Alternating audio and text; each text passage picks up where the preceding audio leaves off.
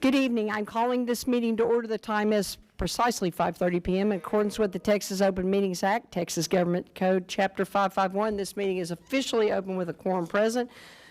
Tonight, I would like to turn it over to Ms. Garibay for our recognitions of the UIL cross-country state qualifiers, Arlington Heights High School football team 2022 by-district champions, and the by-district champion volleyball teams. Ms. Garibay? Thank you, President Jackson, trustees, and Dr. Ramsey. We're ready to begin recognitions. If you could please make your way to the center of the floor so we could greet students and take pictures.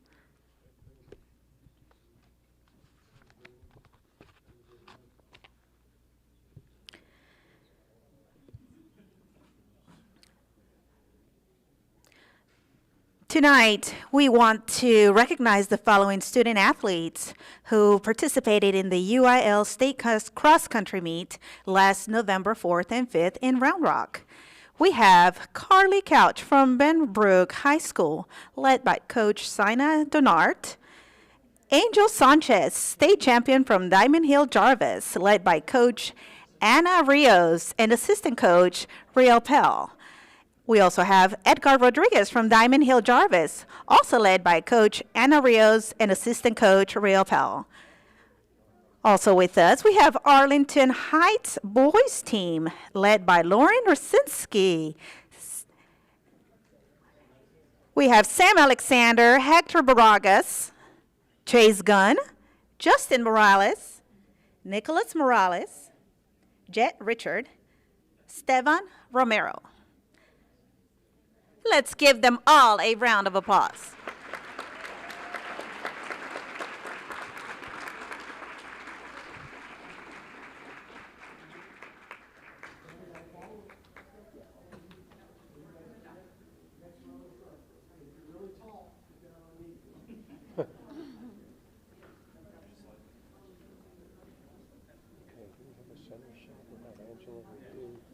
Angela's in the shot just a little bit, John.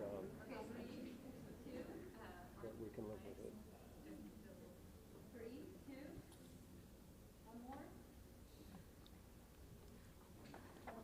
1 more. One more round of applause.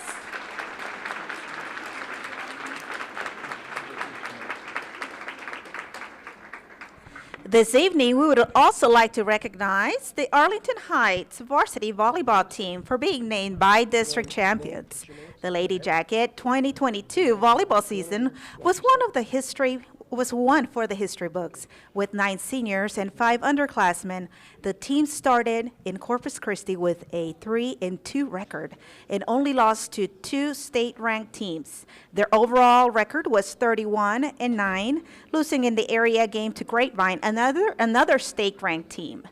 The team had several all-district honors, and their seniors received all-state academic honors, with 2 of them being the highest academic honor you can receive. That's First Team Academic All-State. The team is coached by Shannon Lesenby, who is here to introduce the players. Hello, and thank you very much for asking us here tonight and recognizing these ladies' hard work. Michaela Westfall, she was unable to make it tonight, senior academic all-state. Riley Mangan, wave. Claire McLaughlin, not able to make it tonight. Catherine Walters, Annie Lynn Dye, Emma Sanchez, unable to make it tonight. Ashanti Morales, Riley Slate, unable to make it. Anaji Benjamin Hill, and I'm afraid she's going to miss. She's probably walking in. Isabel Flores, Destiny Davis, Ella Crouch, Lily Morales, Addie Winston, and Carly Shaw. Thank you, ladies, for an amazing season. I'm blessed.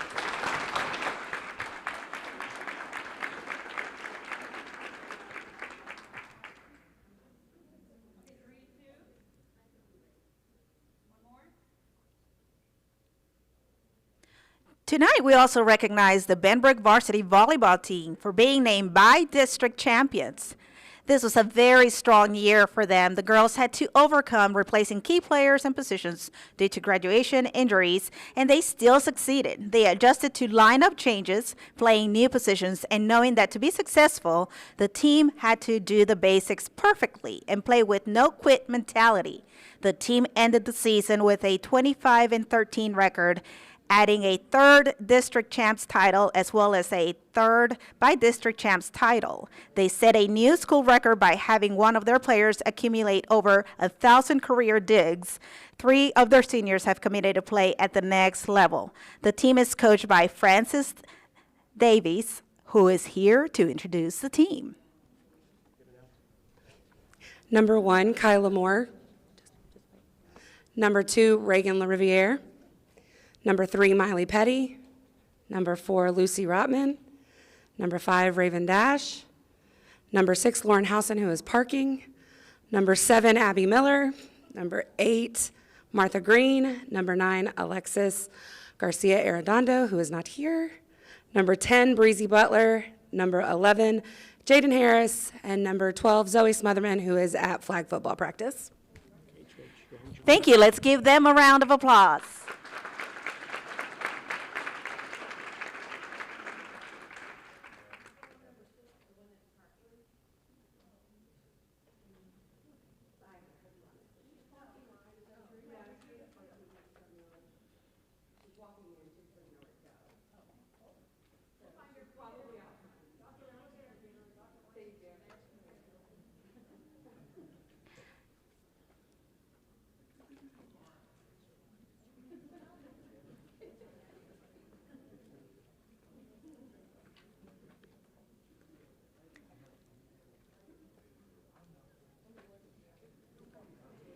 And there she comes. Let's give her a round of applause.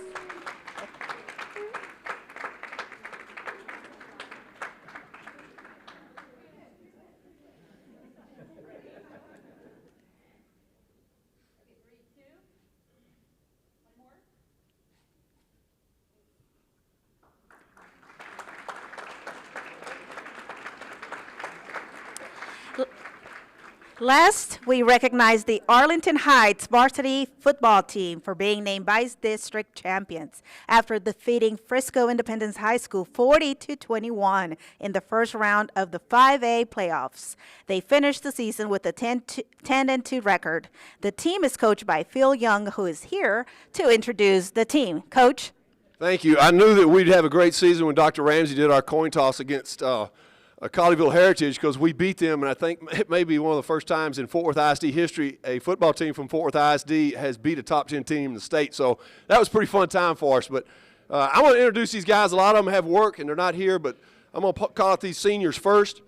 You guys just raise your hand when I call your name out, just so the people can see you. Roy Wright, Luis Cardenas, Mario Castro, Markel Sanders, Jesse Hinojosa, Brian Furch, Brandon Monroe, Cameron Coleman, there he is right there, Jose Campos, Benji Ramirez, Josiah Reeby, Dennis Roman, Gabe McClellan, Tyree Hunter, Braylon Stewart, Michael Powell, Omar Ramirez. Did I miss any seniors there? I think that's our seniors. So, guys, give them a hand. Those seniors did a great job for us this year, please.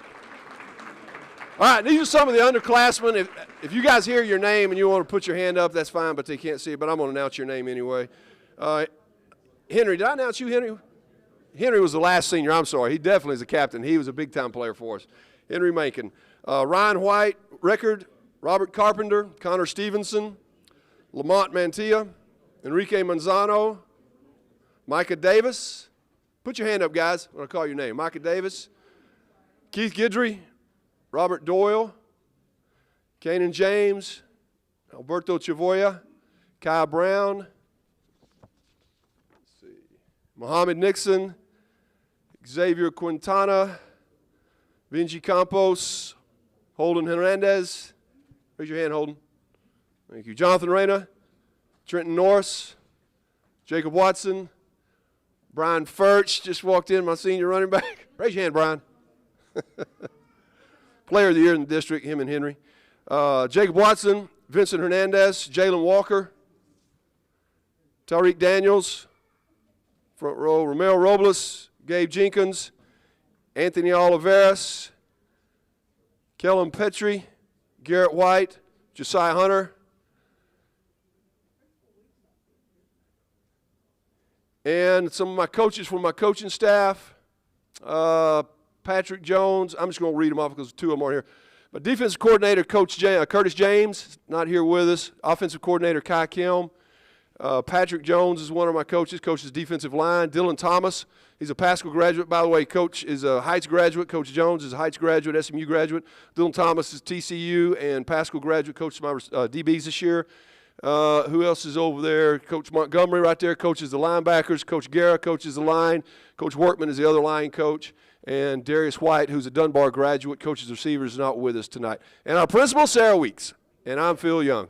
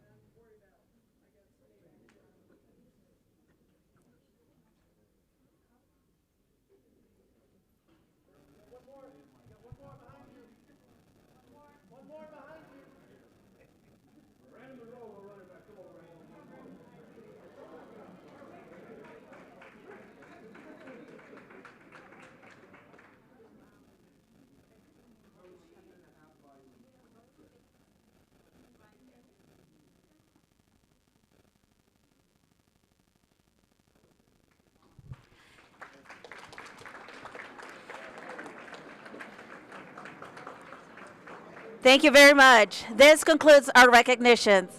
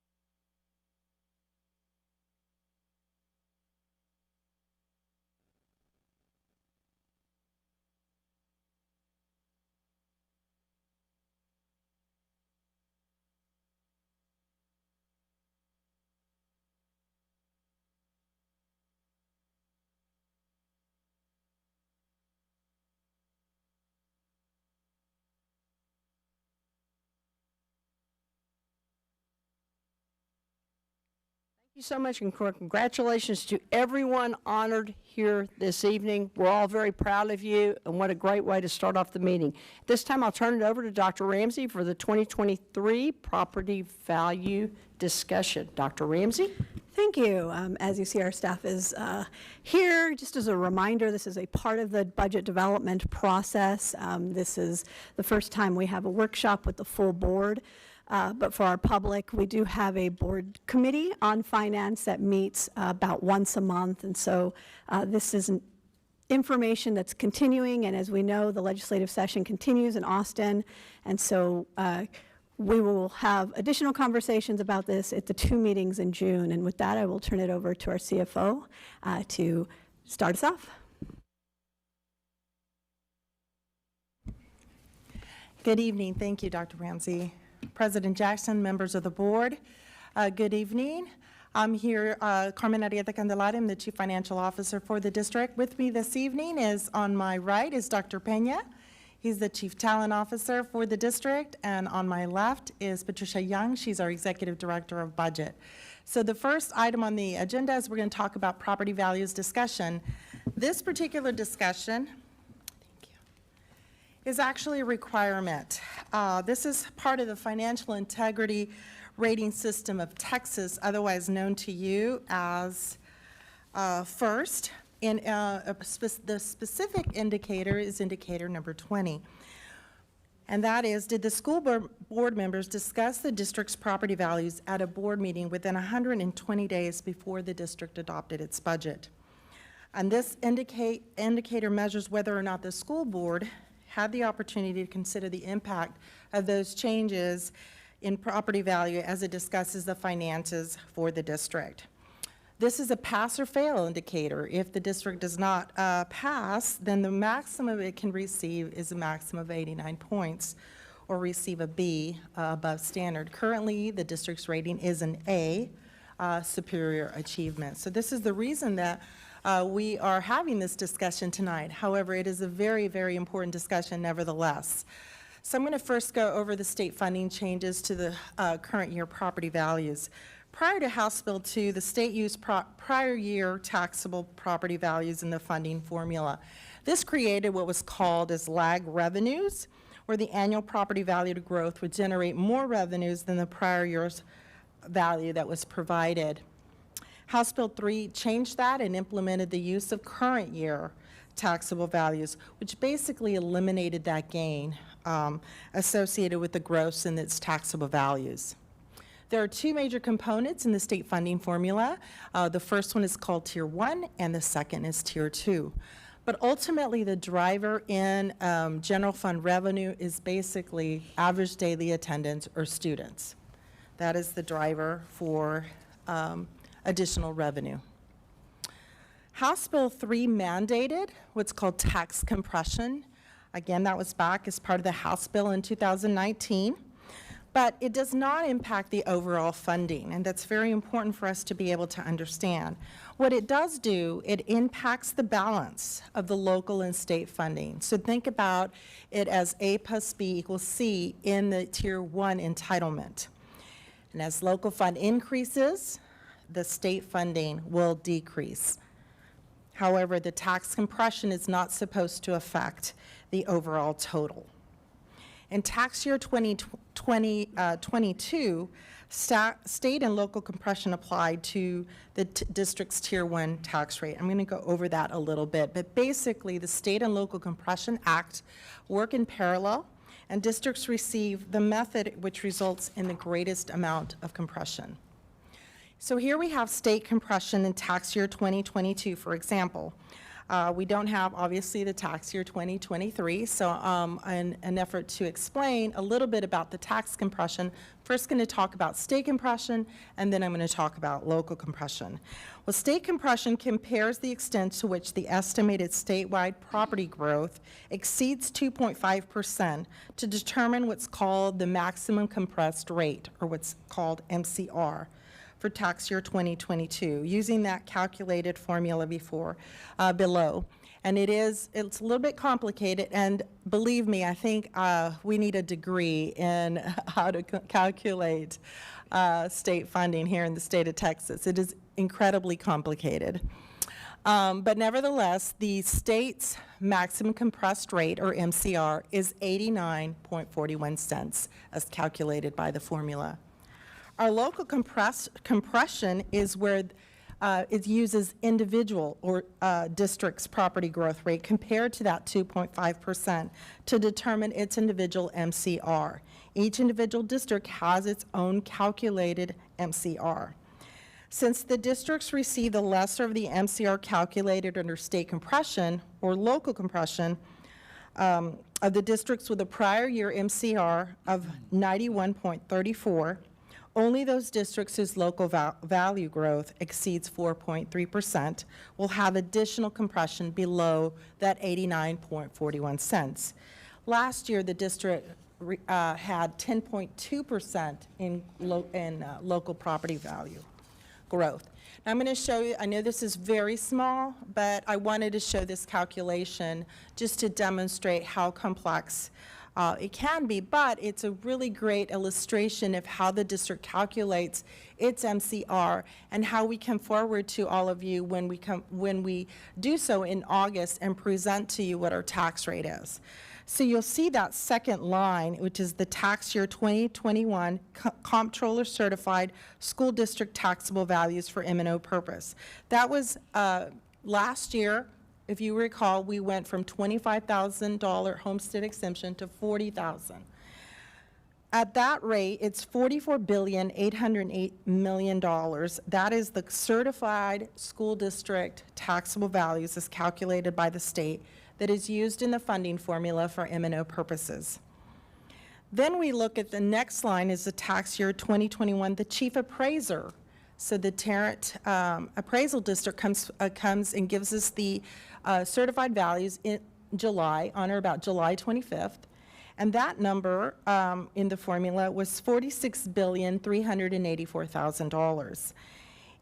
And then we have the actual chief appraiser's July 25th certified values of $51,114 million, which computes to the Central Appraisal District's growth of 10.2% that I just mentioned. So that's how we actually calculate what our growth is. Down the middle of the page, where we have the $49.3 billion number, is the estimated comptroller certified, which this is called the preliminary growth, the preliminary property value, and that is typically issued in the January of the ensuing year. So for tax year 23, we'll see that number in January of 24. So last year, based on the preliminary, was $377 million.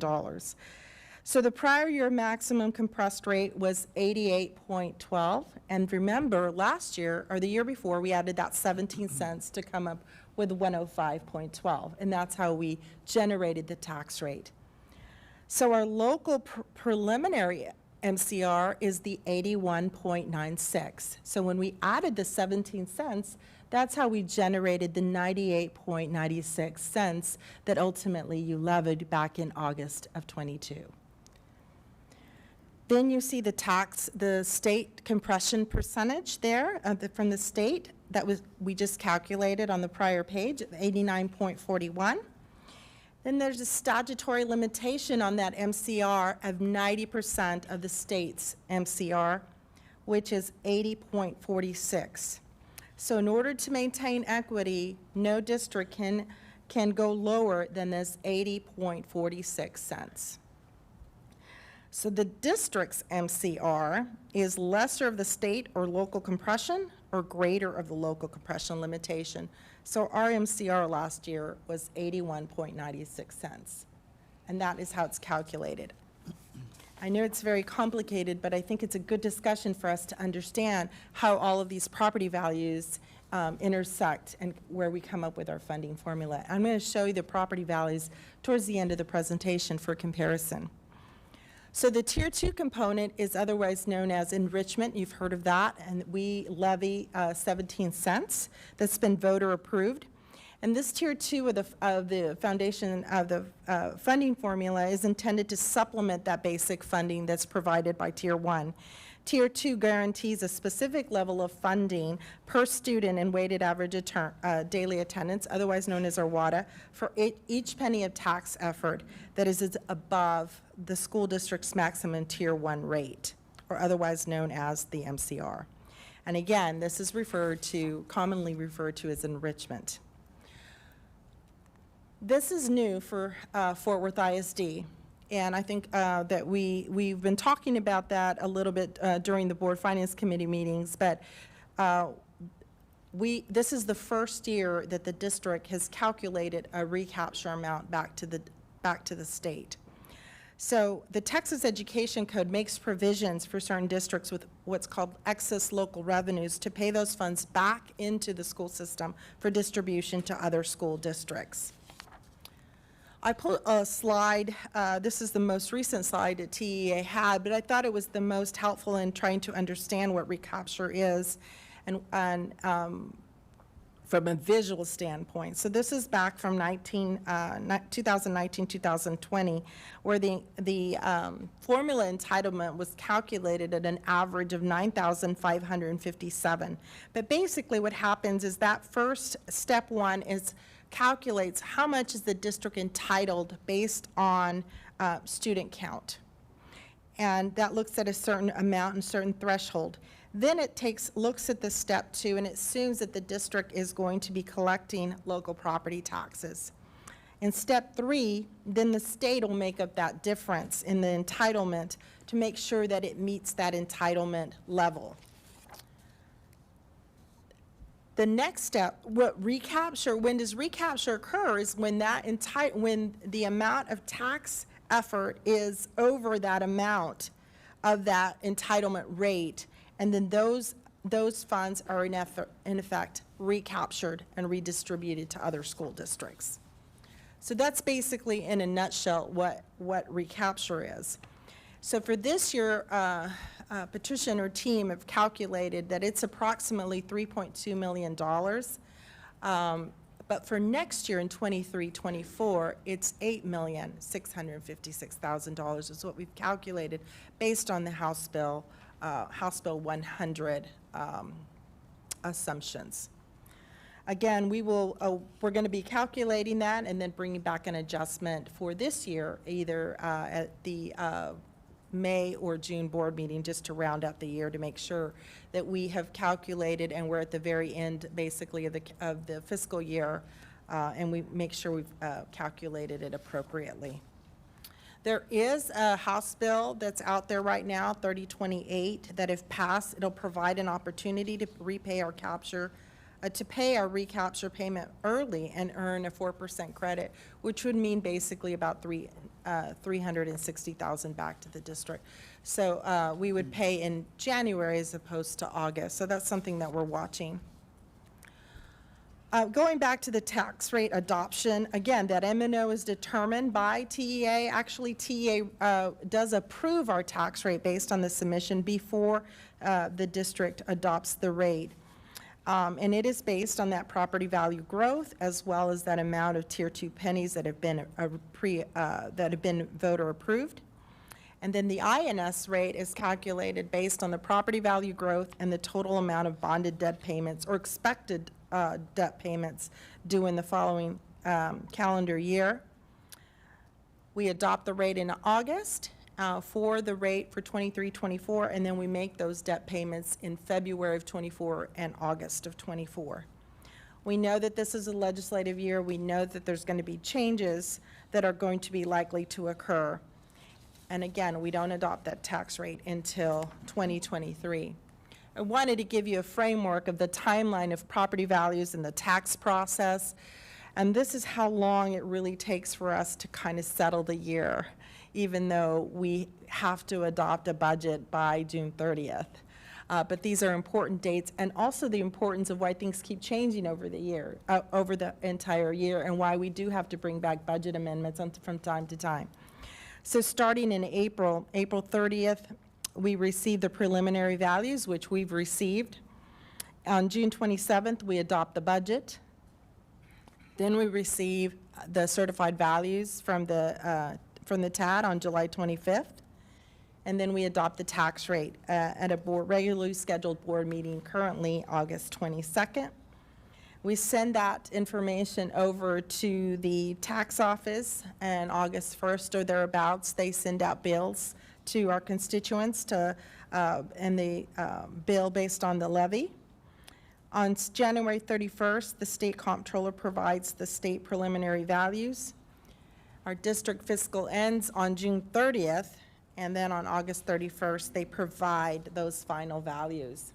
So again, a long period of time to go through and find exactly when we're going to finalize the year.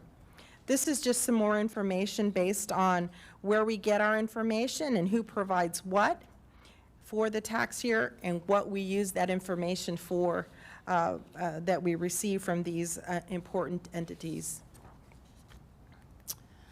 So this is our comparison of property values, and I wanted to highlight some of the things here on this slide, particularly the preliminary values. We receive those in April of every year. So I've presented this from 2020 all the way to what we received to date. So back in 2020, our estimated net taxable value was $46,214,000,000, $48,478,000,000 in 2021, $51,815,000,000 in 22, and then $61,039 in 2023 that we just received in April. There is some items that are under protest, and those are in the third row down. $39 million in 21, $47 million in 22, $2 million in 23. So the change of that estimated net taxable value has been 4.9% in 21, 6.88%, and again, the 17.8% that I just presented for 23. So large increase year over year. Then we look at the bottom part of the slide in the certified values. So these are received in July. So in 2020, we've gone from $43,516,000,000 to $46,384,000,000 to $51,114 billion.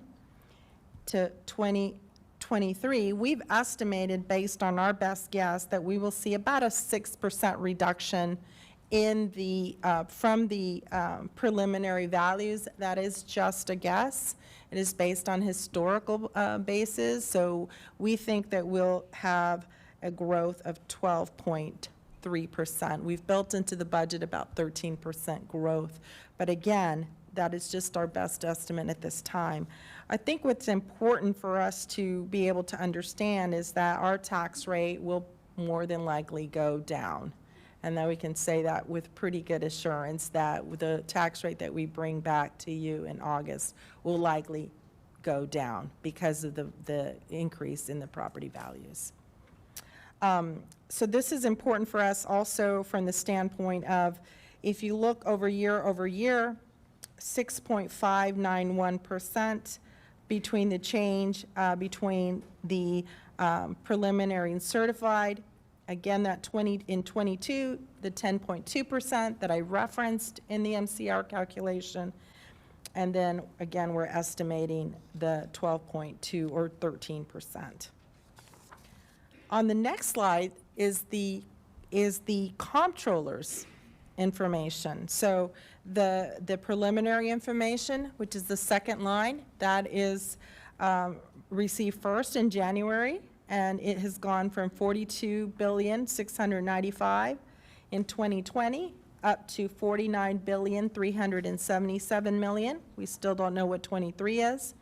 And then the final comptroller was $42,298,000,000 for 2020, $50,265,000,000 in 2022, still to be determined in 2020 for 2023.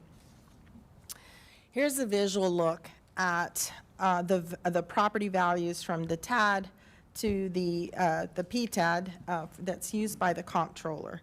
So you can look at the just how the information is flowed, and it's typical. In 2020 and 2021 it went down, but we did have curiously an uptick in 2022. It did go up for the first time between the preliminary PTAD in January to the final. It did go from $49,377,000,000 to $50,265,000,000. And again, that's just the information that's changing as protests are resolved, as lawsuits are settled, and those appraised values are validated and solidified and go into the actual levy. Those numbers are going to change over time. Okay. Here's the history of the M&O and INS tax rates for Fort Worth ISD over the last 10 years. You can see that the tax rate and the tax rate in red is the M&O. The tax rate in blue is INS.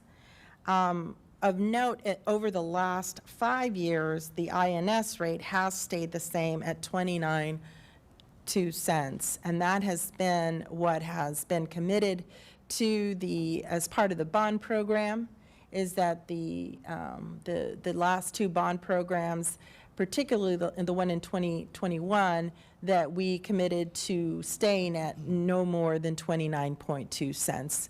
And so we've built our tax model based on that information, that we would stay around that we would stay no more than 29.2 cents. And again, we've issued $450 million of the $1.2 billion debt. So we're in the process of issuing that.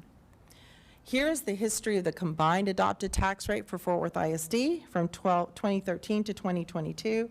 And I think there was a question that had been asked, is what has our tax rate been and how has it fluctuated? Well, the current tax rate is 10 cents lower than the highest rate from 2020. And over the past 10 years, that combined tax rate has fluctuated from 1.322. It had a 3-year streak in 2013, 2014, 2015, and then it went up to 1.352, which it remained until 2020, when it went to 137.84. And then the last 2 years, it has dropped, and the district's 22 tax rate is the lowest it has been in 10 years. So the tax rate is 128.16. So with that, are there any questions with regards to this presentation before we begin our budget development update?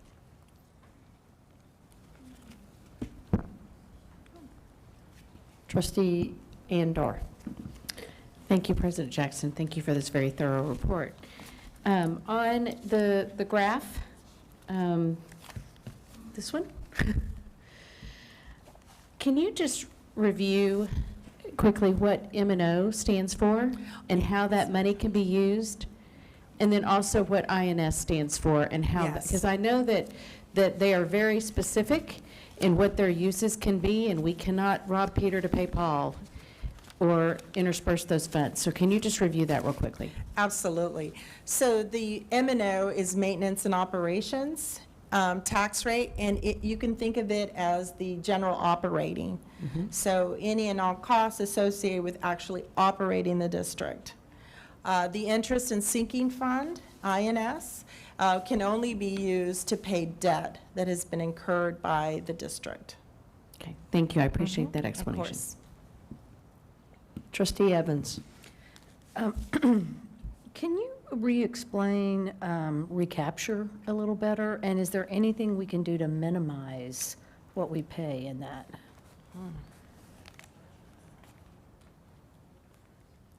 So I think this is the best slide. So basically what happens is that the district is entitled to a certain amount of revenue, state and local revenue combined. Whenever that amount exceeds that entitlement level, that additional money has to go back to the state, what's called recapture. And that's based solely on property values? It is based solely on, yes, at the end of the day, yes, you have collected more than you are entitled to receive based on your average daily attendance for students. Has that been addressed or redressed in the legislature at all? It is a hot topic. Yeah. It is probably one of the most hottily contested items at the legislature, particularly because Austin ISD contributes so much. I think I heard 800 million is what I heard Austin ISD gives back. $800 million because of their overage amount. So and that has gone up over the years. I think if you look at Fort Worth, I think it will grow and continue to grow because of our property growth, our property value growth. And that's why you see you see, we had 10% growth in 2022. We've estimated 13%, maybe higher. That's why you see the House bill coming back and trying to provide some relief to those recapture districts, that if we pay them early, if we pay it early in January versus August, we get, I guess, a savings of 4% credit back. So you mentioned, this is my last question. On the last slide, you demonstrated our tax rates, and we're at 1.282, the lowest in 10 years. If we were to reduce that even further, could that reduce what we owe in recapture? No. Okay. Okay, so, but I'd have to run the numbers. It may lower it slightly. But we are required by state to in order to maintain tax equity, we are not allowed to go over, under the limitation. Which is point Which is 8? 80.46. It's a penny and a half. Okay. However, we may not be able to maximize the state revenues that we would have received based on that level of effort. So we'd have to run the numbers to determine what exact amount it would be. But if you look, it was on this slide, I know it's really small. On that second line from the bottom, that is the limitation of the maximum compression. My understanding is we could, but I would be concerned that we're not maximizing the state revenues that we would receive. I would be interested in seeing what that number is, if that Okay. 1.28 could go down some and further relieve our local taxpayers and then minimize the burden that we pay back to the state anyway. If you know, what does the formula look like to get us an equilibrium, you know, or as close to as we could be in that? So I can certainly run those numbers. And again, just a caveat, TEA is still required to approve our rate. okay, Okay? all right, thank you. Yes. Trustee Dar? This is a question in follow-up to Trustee Evans. On the chart with the recapture, the picture that you just showed us with the orange at the top, it identifies the formula entitlement at 9,557. Does that fluctuate? Yes. And how is that determined based on the proportionate rise and fall of property values across the state? How is that determined? This was from 1920, Okay. and so it has gone up. 2020? This is from 1920, Oh, 1920, 2020, okay, school year. Yes.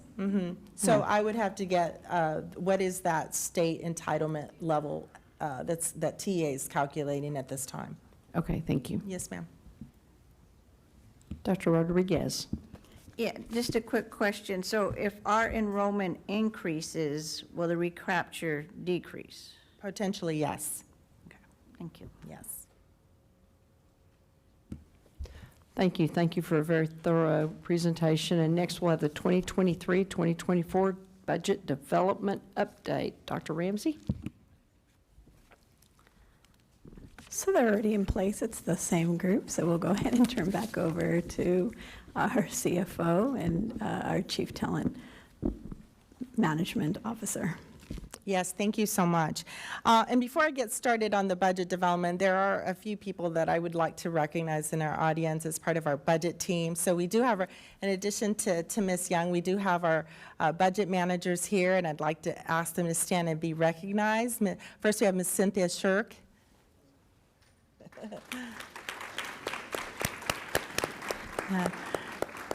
Diana Magallanes Santos. Danielle Airy. And our newest addition to the team, Patricia Alphin. Definitely, we couldn't have put this budget together without the team that's before you today. So I'm really excited about talking about the budget today, as only CFOs would get excited about, right? But these are our objectives for today. We want to build on the foundation that we've laid out through the Board Finance Committee meetings. These have been really important, and for us as well as we go through the work that we present to you. They give us a lot of insight into what you all are thinking and what you all would like to see. So definitely important work there.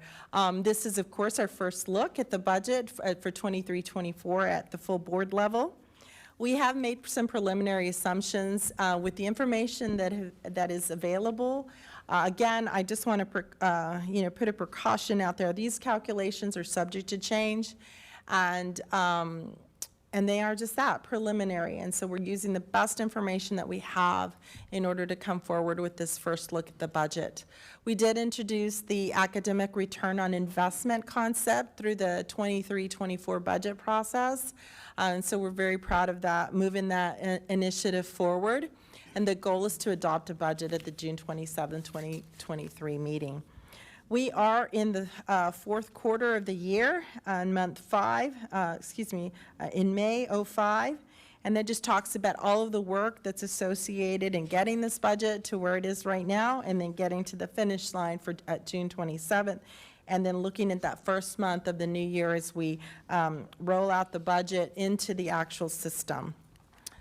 As I indicated, we've made some key revenue assumptions. The first at the top is the uncertainty of the 88th legislature. We're still going through all of the different House bills and Senate bills, trying to determine which ones are more than likely going to come forward. And we do have some information to present to you as to what we think may come out. But again, we just don't know at the end of the day what will come out of that legislature. We do know that we have a loss of enrollment, and I'll be going over that. We've lost students this year, and also we're looking to lose students next year. I talked about the increase in property values. We did receive, as I indicated in the prior presentation, 17.8% increase. We think that will come down, and we've built that assumption into the budget. I also want to reflect on the improvement of the investment earnings, and we've put in over $11 million in the budget. And really, I think this has been one of our best growth areas due to active management, and also the team that we have in place, led by our treasurer, Tanya Wright, and Maria Chavez, our comptroller. I can tell you that last year, the whole year, we made $1.8 million in interest, and to date, we've made over $21 million.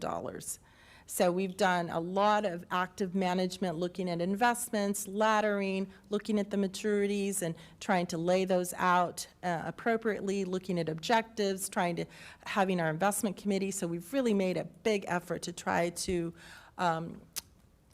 improve that area. And the numbers are really showing that. So I'm really proud of that work that we've done. I want to recognize staff for that. Our new instructional facilities allotment for Rolling Hills is also included in the budget. It's known as NIFA, and we get $1,000 per student if we apply, which we will apply for those funds, and that goes to offset any and all costs associated with Rolling Hills, whether it's staff, supplies, books, whatever the case may be. We also have the teacher incentive allotment, led by Dr. Pena. This year we only received, at the beginning of the year, we've received $30,000, but we've embedded over $5 million into next year's budget. We anticipate it's even going to be even more. And we're also bringing a budget amendment so that we can pay that out in the next month or so. And then, of course, I've already talked about recapture. Our key expenditure assumptions, again, I put out there about the uncertainty of the legislative process. Our progress related to the balanced budget, we have tried to make progress to that. I said last year I thought it would take me 2 years to really work towards that, and I have some information related to that progress that we've made.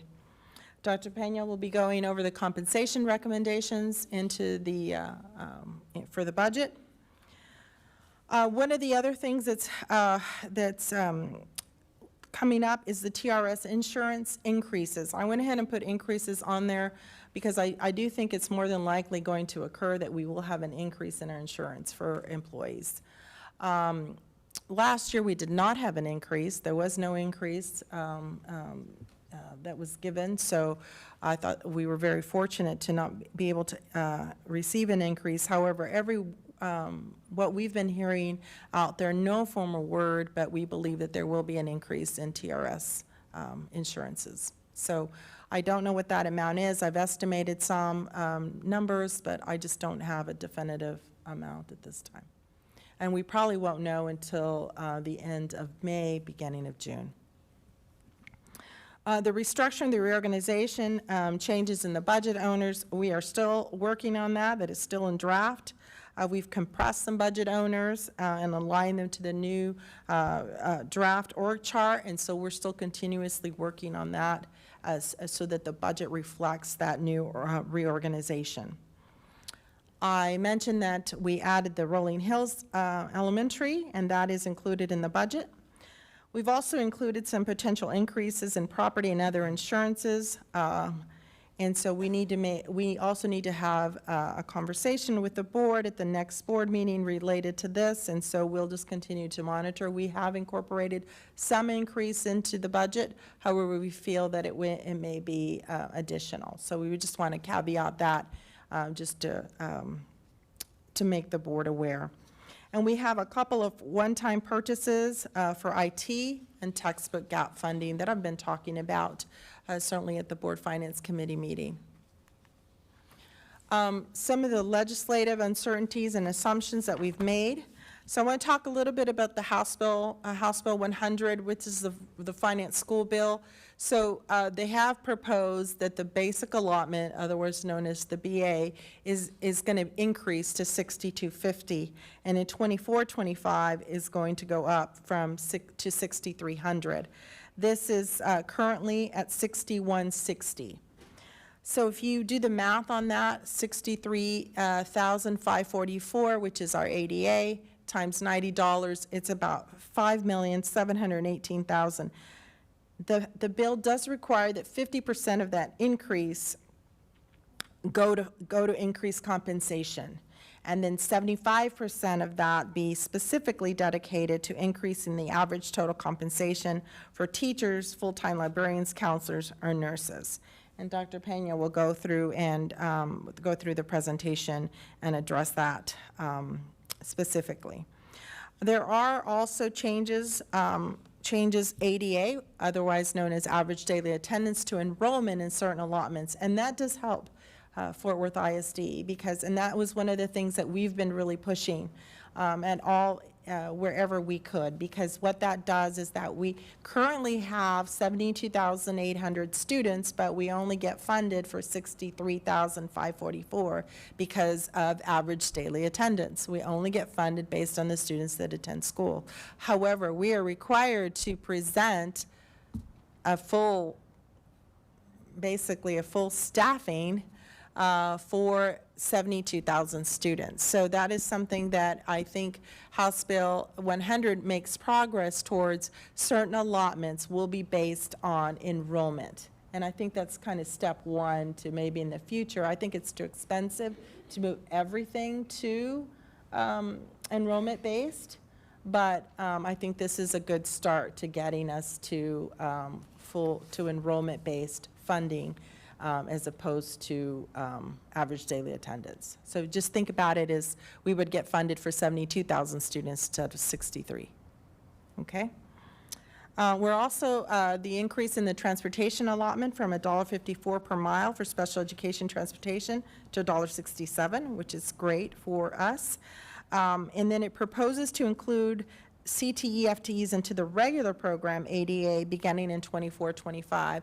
Currently, CTE is funded separately, and in addition to our regular program ADA. This shifts that from CTE allotment to regular program ADA, but it doesn't begin until 24-25. So it's really just a measurement, I think.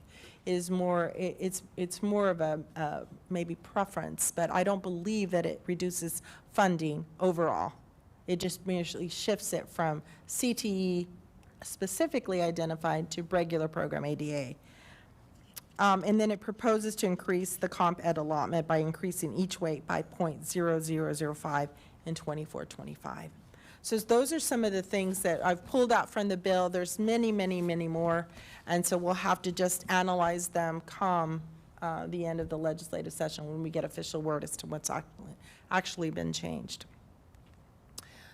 Okay, I wanted to talk a little bit about our enrollment versus ADA. We put into the budget a loss of about 2,000 students. But what we've assumed this next year, that's a little different from last year, is that we assumed a 90% ADA. So that helped us a little bit, I think, on the revenue, because we're assuming that we improve our ADA, or average daily attendance, to 90%, and we think that's likely. That's what we've seen this year. Our kids are attending school more often. We hit a bottom basically in 21-22 at 87.1%, and we've seen improvement over this year, and we hope to carry that trend. So we felt comfortable with raising that up to 90%. It is not to the rate at some of the other years in pre-pandemic, 2018, 2019, 2020. But we think we have made some strides there, and felt that we could put that into the formula. So looking at the general fund alone, this again is funded by our taxes, our M&O rate. It was called our general fund, general operating fund. So looking here at our 21-22 actuals, we ended the year at $809,353,000. And our actual ADA was $65,213. In 22-23 last year, we adopted a budget of $779,132,000 with an ADA of $63,764. Our actual, we've given you projected numbers. We think we're going to end the year at $845,998,595. And I think the actual number is 63,764. That's what we think we're going to end the year. We had some improvements, some gains in our property taxes, as well as some local dollars that we were able to recognize into the year. And so some improvements in our federal programs, and again, some improvements for our interest. So for a total projected of $845,998.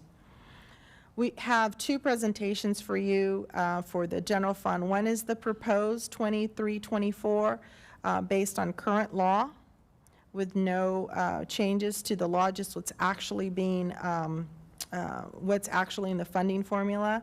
And we think that's going to end up at $800,457,000. So difference of $45,541 decrease from the projected amount.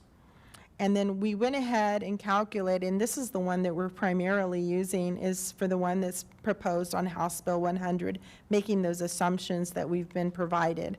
So we think our total revenues will be $811,682,000, a difference of $34,315,000, with a projected ADA of $63,544. Again, the improvement there is the improvement based on the 90% ADA. Here's a look visually at where we generate our revenues. 64.6% comes from local revenues, 33% comes from state, 2% from federal, 1% from other. Looking at our general fund expenditures, same presentation. So in 21-22, we ended the year with $739,521,000, or an excess revenue amount of $69.8 million. Our fund balance then was $281,399,000, and our ending fund balance was $351,232,000. In 22-23, we adopted a deficit budget of negative $40,382,000 with expenditures of $819,514,000, and with an estimated ending fund balance of $310,850,000. For For 22-23 projected, where we think we're going to end the year, we think we're going to end the year with appropriations of $839,543,000, or a gain of $6,554,000. When you add that to our audited fund balance of $357,687. Now, looking at the two proposed plans for 23-24, under the current law, based on current law, we have estimated expenditures of $854,123,924, or an excess appropriations of $53,666,865. So we'd eat into our fund balance by that number to end with a fund balance of $304,020,283.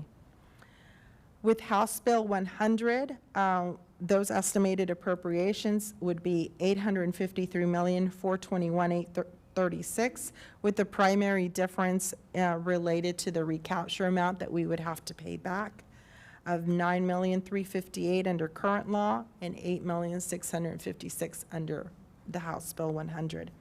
For an excess appropriation of $41,739,093. So it would eat into our fund balance by that amount, and we think the fund balance would end at $315,948,000, or about 135 days of fund balance. I would like to point a couple things out here that I think are important. These are things that I consider one-time purchases. These are extraordinary items that typically wouldn't occur during a budget year. One of them is the $9,461,000 for the textbook gap funding. This is a one-time expenditure that we project.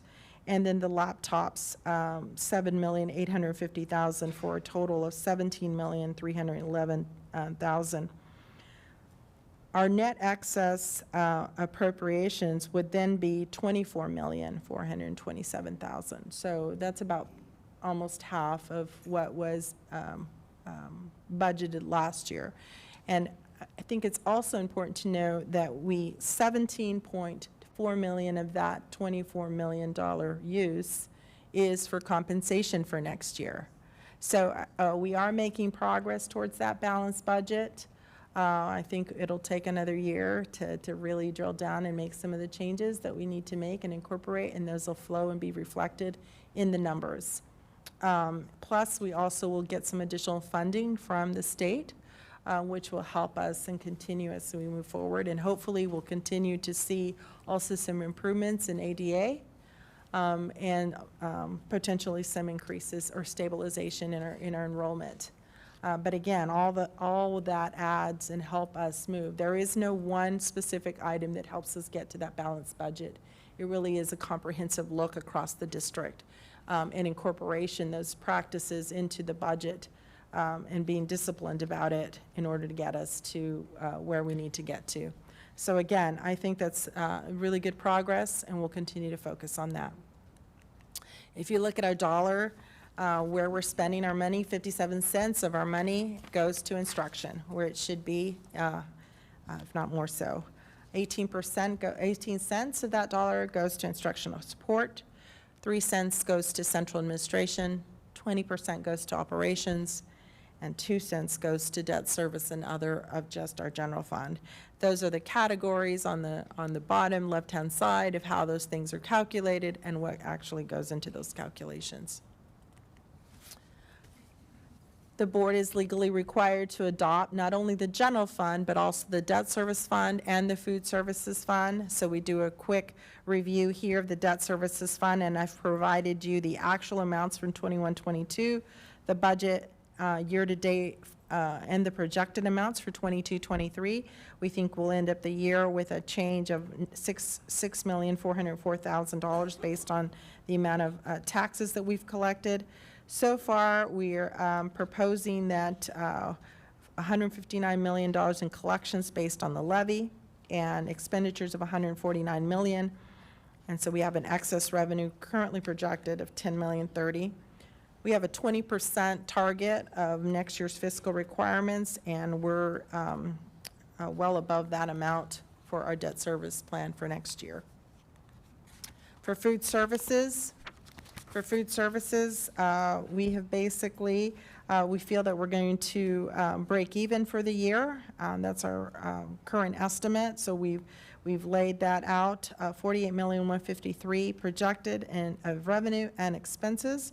We have $11,753,687. So we have about 23 to 24% left in our fund balance at the end of the year. And we proposing $52,729,000 for our revenues, $51,150,000 for our expenditures in food services.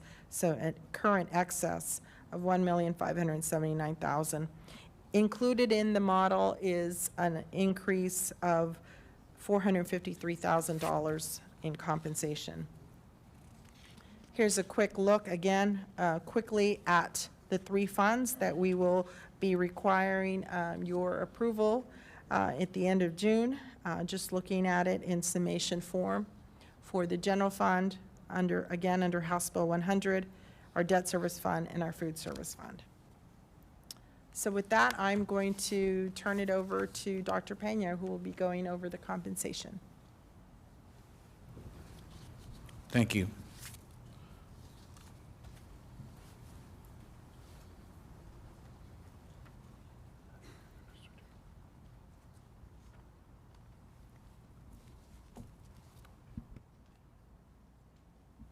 Good evening, Board, President Jackson, Dr. Ramsey. I'll be sharing with you to start off a few slides of last year's budget process and some of your approvals and recommendations that were made last year so we can refresh our memory. So here's a look at a glance at what happened last year. We realigned and condensed our pay plans to make sure that our employees were in better pay grades, and then as a result also reorganized our jobs to create logical career pathways. This has been a real value add for our employees. As a matter of fact, I was just at the University of Texas at El Paso teacher recruitment event, and I kept bringing this up as you're not only getting a job in Fort Worth, you're building a career, and people can see how they can progress once they start here. And I shared with them the commitment from the district and the board in making sure that we're not only investing in teachers today, but also tomorrow. Also, we did adjust our pay grades to align with market. As you remember, TASB came in and we had a comprehensive review of our compensation model, and also we made some significant pay increases to maintain that market position that we have. So let's take a look at a couple of examples. Also, we brought to light the fact that we would be focusing on midpoint. And TASB defines the midpoint as the job market value for that position. In other words, what a seasoned professional would be targeted, the targeted pay for a seasoned professional entering into that pay grade based on the current market conditions. So let's look at this first example from last year. Last year, a generous pay increase of 6% was approved for all auxiliary personnel. This was in conjunction with a raise to minimum hourly rate of $15 per hour for all full-time employees and additional adjustments to elevate pay rates to market value. So as you can see here, this resulted in significant impacts, particularly for those that were entering the education field. So here we have a teacher assistant one who actually received an 8% raise as a result of the approved recommendations last year. So as you can see, it had a big impact.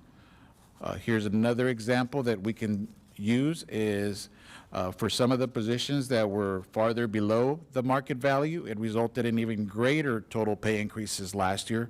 For example, a new office assistant, this was translated into about a 17% increase when you put those values together.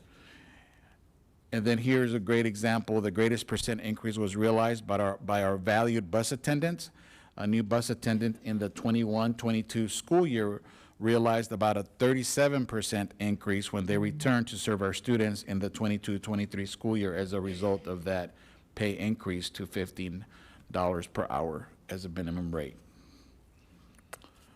Now let's take a look at the recommendations, and we've been working with Ms. Arrieta Candelaria, the budget team, Dr. Ramsey, and the leadership team to provide you with these recommendations. based on the current market conditions.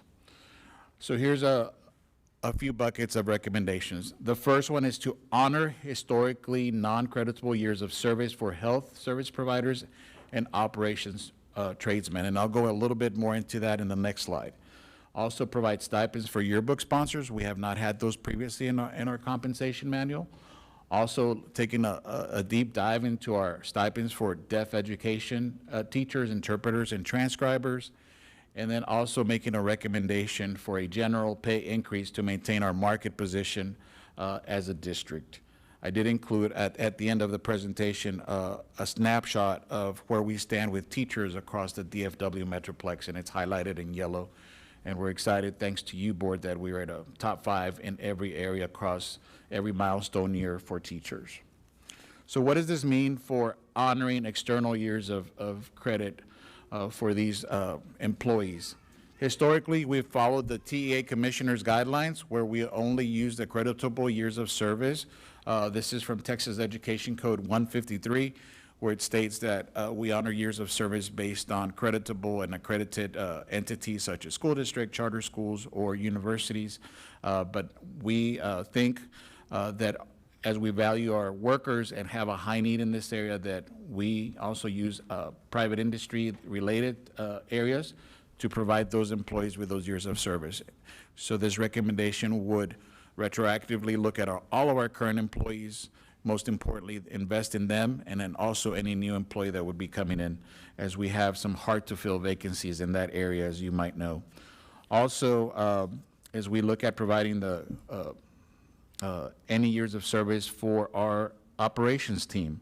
So let me give you a snapshot of what that looks like. For our health service providers, we're looking at nurse specialists, school nurses, and health associates, where we would make those adjustments.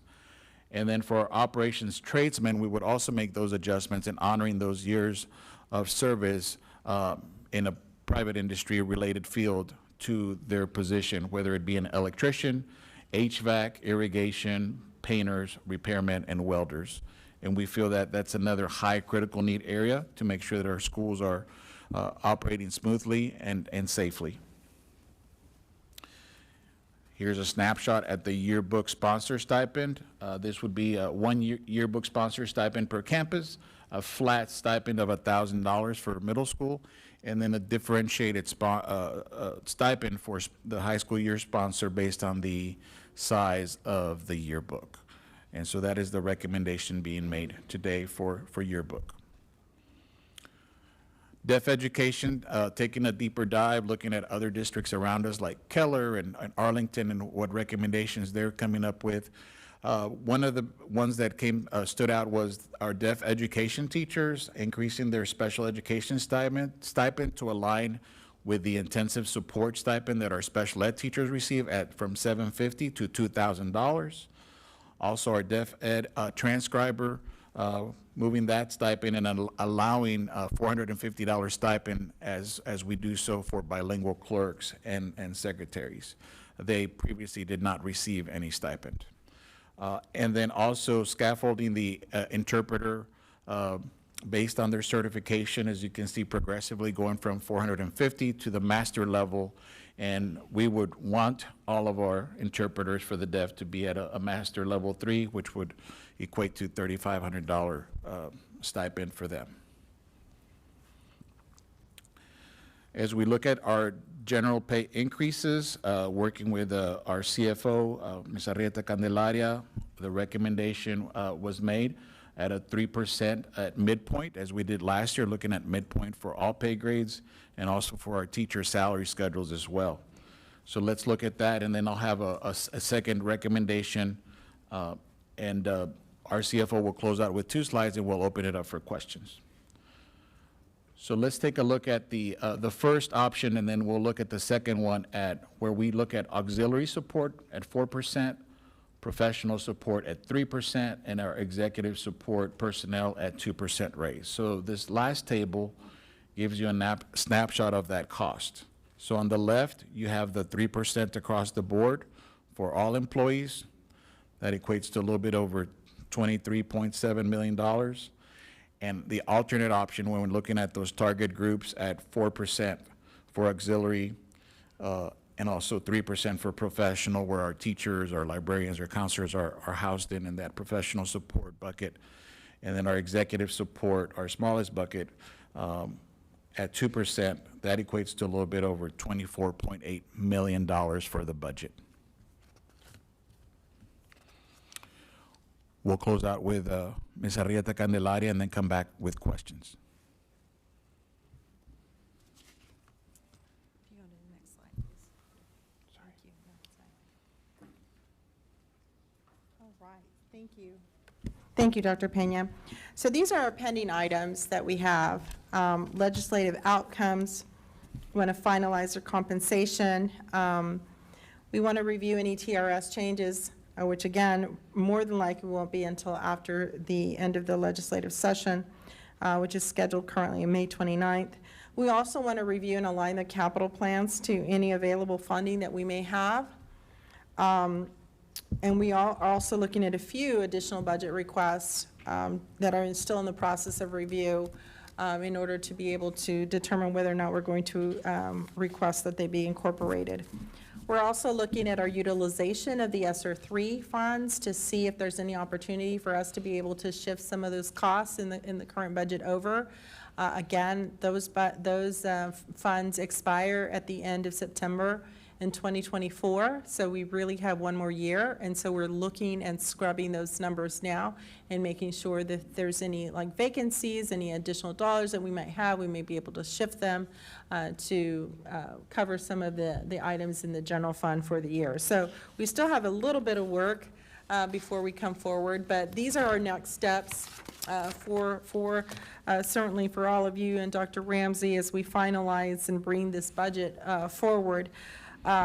We have a scheduled proposed budget update at the next board meeting on May 23rd. On May 29th, the legislative session ends.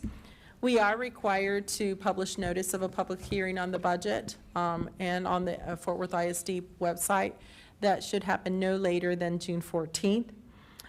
We do have another proposed budget workshop on June 14th.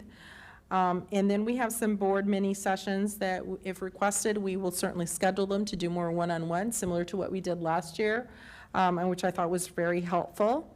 And then on June 27th, we will ask the board to adopt the budget. And then our fiscal year ends on June 30th. So we still have some time. We still have 3 big looks at the budget as we come forward, and we certainly would welcome any requests that you may have in order to provide more information to you so that you all can make an informed decision as we move forward to bring this to you all on June 27th. So thank you so much, and we stand ready for any questions that you may have, or we'll take down the information that we need to bring at a later date as well. We have a question from Trustee Evans, who will be followed by Trustee Dar, then Trustee Luebanos.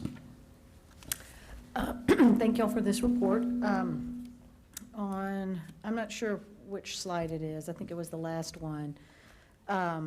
Talking about the proposal for auxiliary support, the 4% increase, professional support, executive support. Yes. Can you differentiate between those 3 different categories? Would you like to see who's in those groups? Yes. So for auxiliary, for the first bucket, auxiliary, we have, those groups include instructional support. That would be your teacher assistants, family engagement specialists, health associates. It also includes our administrative assistants and clerks and technicians, our administrative support team. It also includes operations support staff such as custodial, trades, and assistant four-persons. And then it also includes operation auxiliary hourly employees such as bus attendants, drivers, and cafeteria personnel. That next bucket, the professional support, is of course all of our campus staff such as our teachers, our principals, instructional coaches, social workers, JROTC athletic trainers, they're all in there. Also our instructional programs would be campus administrators, academic content coordinators, program specialists, directors, also our business and operations team, my team, Carmen's team, and then also our technology teams would be under that big bucket.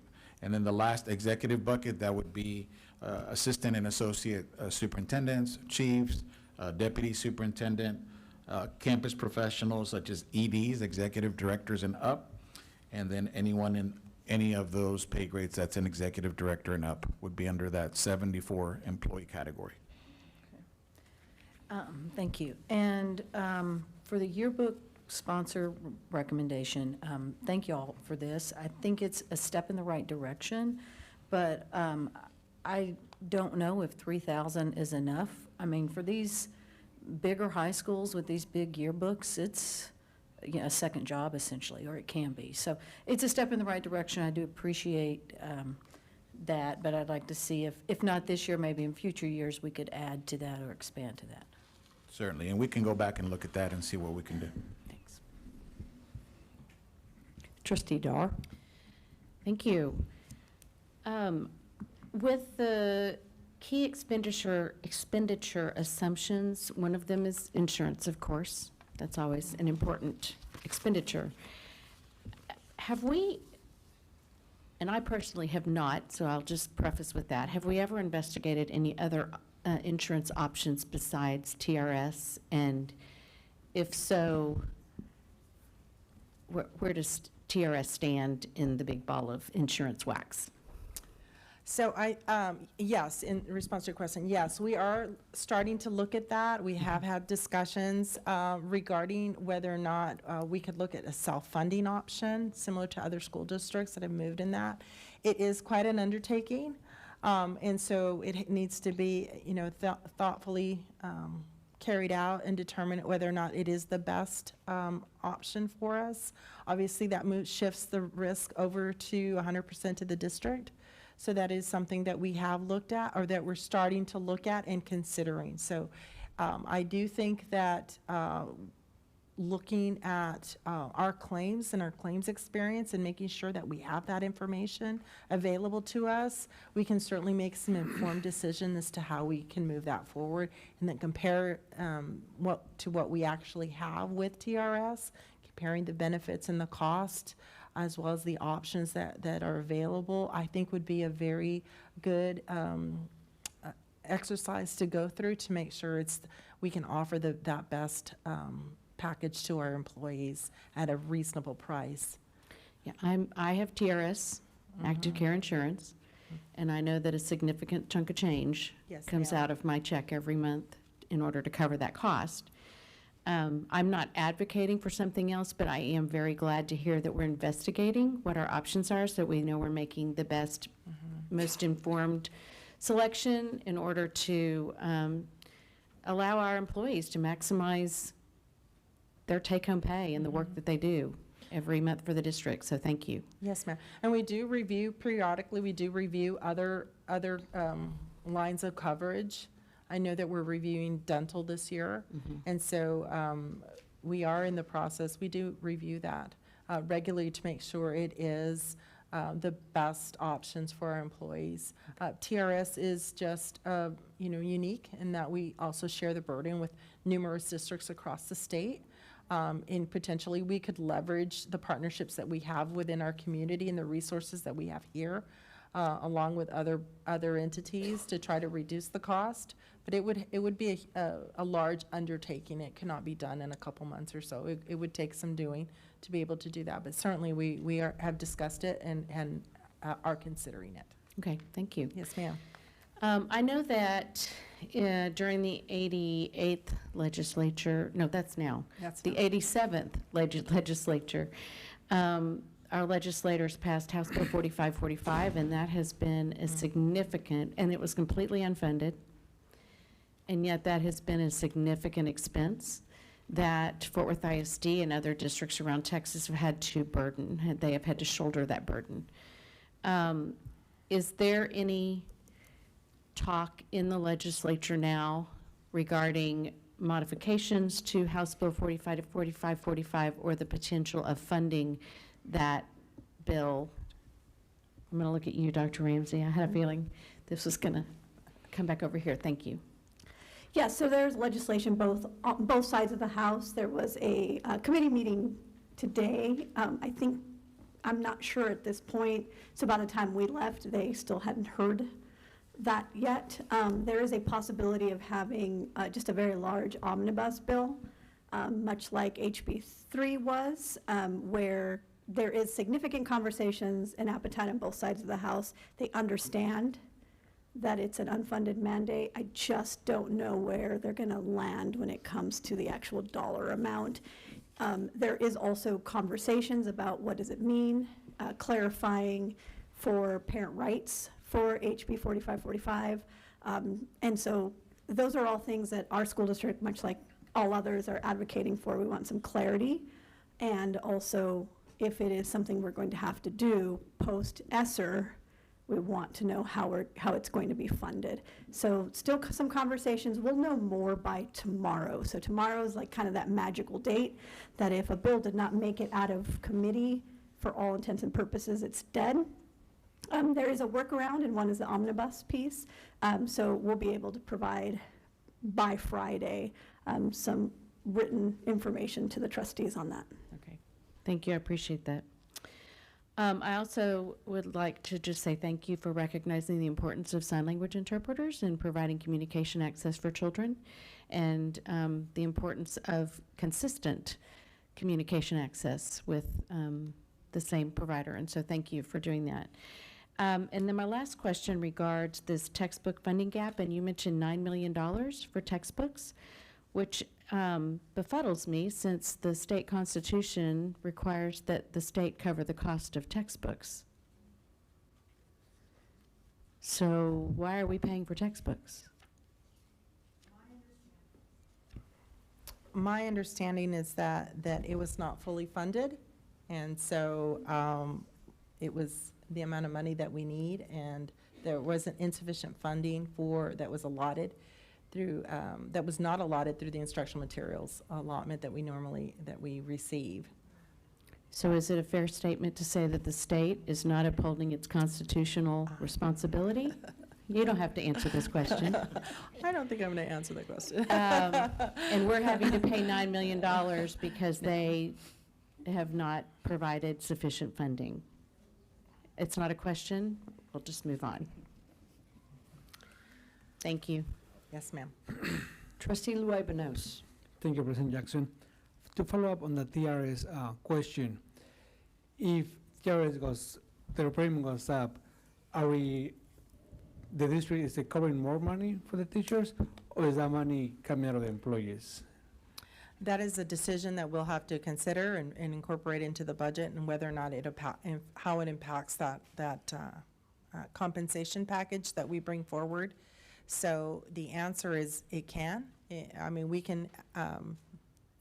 We would have to look at what's the actual increase, and how much will the increase will the district bear, and how much will be passed on to the employees. But what's also important, though, to know, that's why it's important to wait, is that we are waiting to see what the legislature will do, because there is monies that are in one of the bills related to cover some of that cost.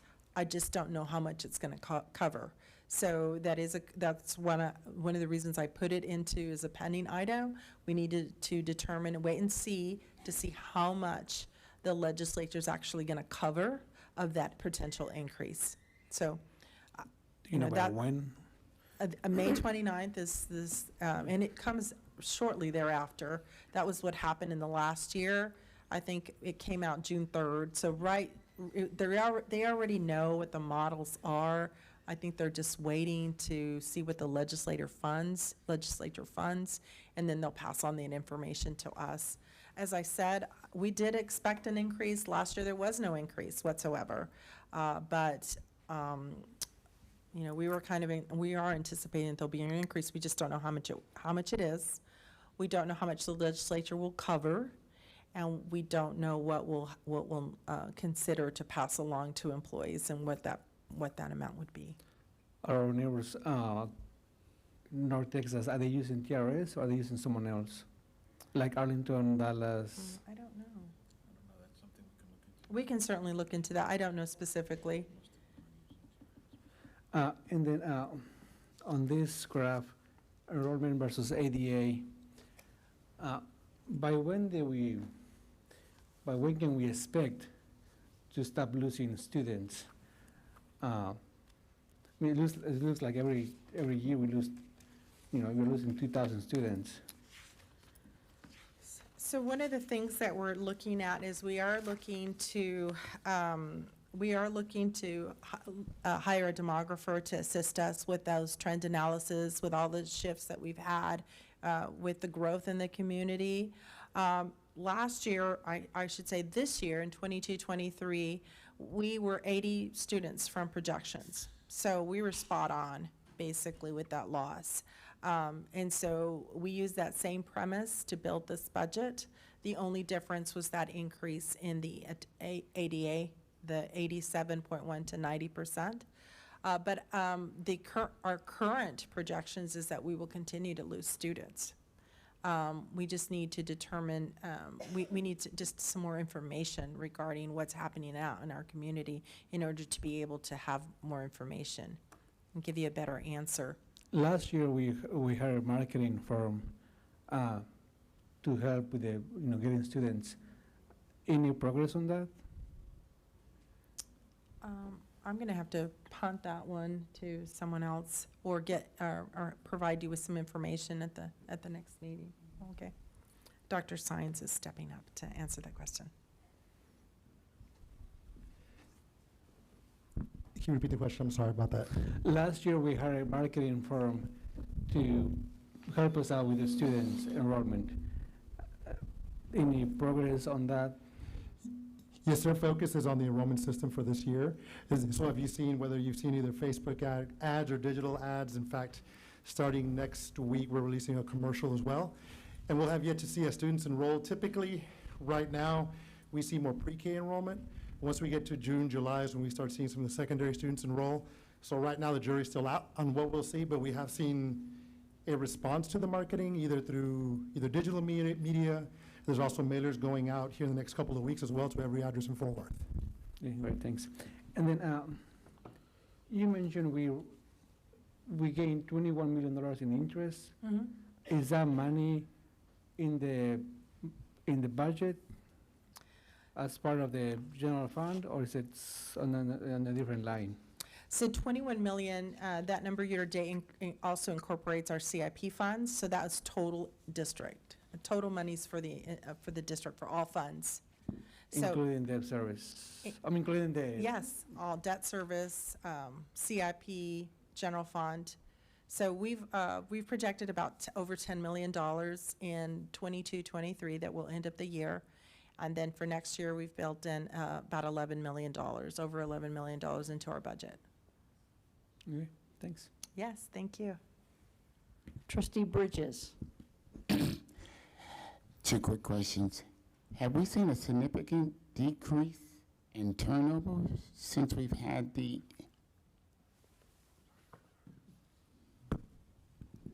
Our turnover, when we look at the state, we're right in the middle, so we're constant. We haven't improved or gotten worse, which is good news. But just to say, today we have 160 instructional vacancies overall. Our highest need area is special education with 39 vacancies. We have 11 bilingual vacancies. So between the incentives and the proactive recruitment of earlier recruitment, that's been working. And I think our competitive salaries, as you can see on that sheet that I gave you comparing our salaries across the DFW Metroplex, have been very enticing to teachers. And so I think your commitment to these continued budgetary increases for personnel have been really helpful. So that's a decrease.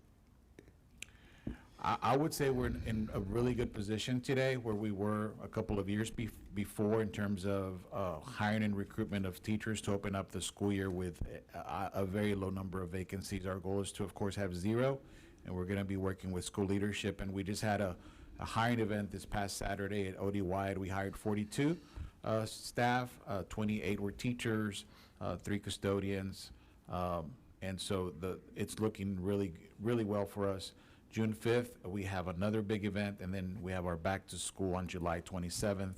And so we also have continue to work with Teach for America and other organizations to continue to grow that pipeline. Our teacher residency pipeline continues to grow.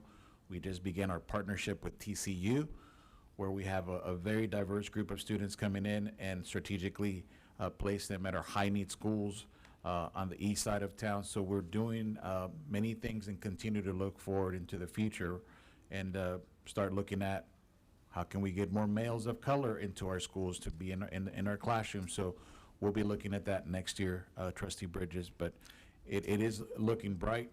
But again, as many districts across the state and across the country still continue to experience challenges with teacher recruitment.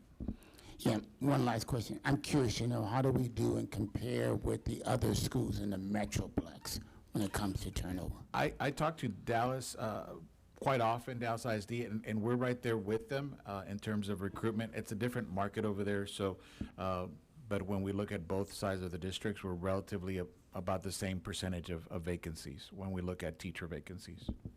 Thank you. Trustee Martinez. When we compare the ADA with the enrollment, there's like a gap of like 9,000 to 10,000 students. What are we doing to improve our ADA rate, our attendance, and to essentially to keep those students and to that way we can increase the ADA?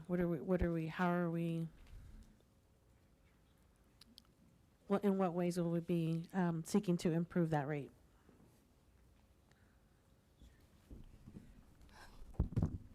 Good evening, and thank you for the question, Trustee Martinez.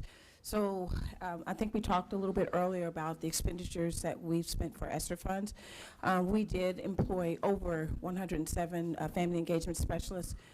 They are tracking very closely attendance. They have a process where we have actually regained students coming back and really truly monitoring attendance, where we begin with looking at starting with warm calls. We're doing house visits. We're providing resources. A lot of times when we see that students aren't coming to school, we're seeing that there are other needs that they have. Sometimes there are mental health needs. Sometimes they're just basic needs that families need. We're able to connect them with those resources. That has increased attendance district-wide. We're tracking that by all of our campuses. So we're able to actually look and see the number of students that have come back based on our tracking and attendance.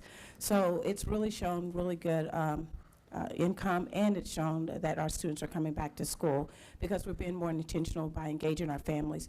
I can also share that we have added our parenting classes, which is focused on why attendance matters. Sometimes there's just a disconnect between the importance of school. We're being very intentional about our early childhood. Sometimes those parents don't necessarily understand the need for our pre-K through 3 students, and so we're very intentional about working with parents and making sure those kids come to school as well. And then also, I know we've talked a little bit about the marketing campaign that we employed last year, but I would be interested in seeing the results of that campaign and what's been done. I know for myself, I've already started to receive mailers from other districts in my mailbox, so happy to hear that the TV commercial is launching and that we have some mail going out. I think my last question was on, well, I think you answered about some of the biggest barriers in attendance and why there's that huge gap. Let me see, I think I have one more.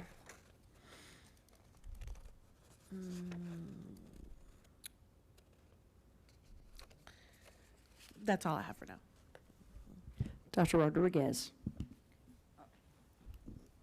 Thank you. I just had a quick question on the legislative uncertainties and assumptions. So are we receiving, what is that, $6,160 per student now, and then we're anticipating $6,250 per student?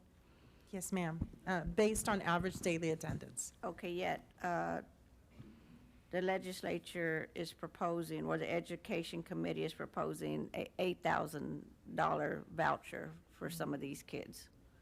So yeah, I think there's an issue with them. If they're going to give them $8,000, they should give us $8,000. It's just a statement, but. I agree. Thank you. Thank you. Dr. Ryan. Well, I just want to piggyback on top of what Trustee Dara had said with the textbooks. In 1985, the state of Texas paid 55% of all education costs for the kids in the state of Texas, and now in Fort Worth, we're down to 33% this next year. And so I think any increases we have for our citizens and that they're having to pay in taxable units can go right back to the state legislature because they've abrogated their responsibility to fund adequately the education of our kids. Thank you. A couple of concerns. One, we said we had 160 vacancies, 39 were special ed, I believe, and 11 were bilingual, for a total of 50. That puts at about 31%. Is that normal for us? What does the rolling 12 look like on that? And is there a way we could have a report to the board? Just very concise summary. I believe since the post-COVID pandemic, I think that is what districts are averaging across the state. I can certainly put a report together along with all the supports and events that we put together to continue to fill these vacancies. We've been targeting high-need groups, such as our custodial group. Right now, we have 11 custodial vacancies throughout the whole district, so I think, although not to celebrate it, that's exciting that we're in double digits with just 11.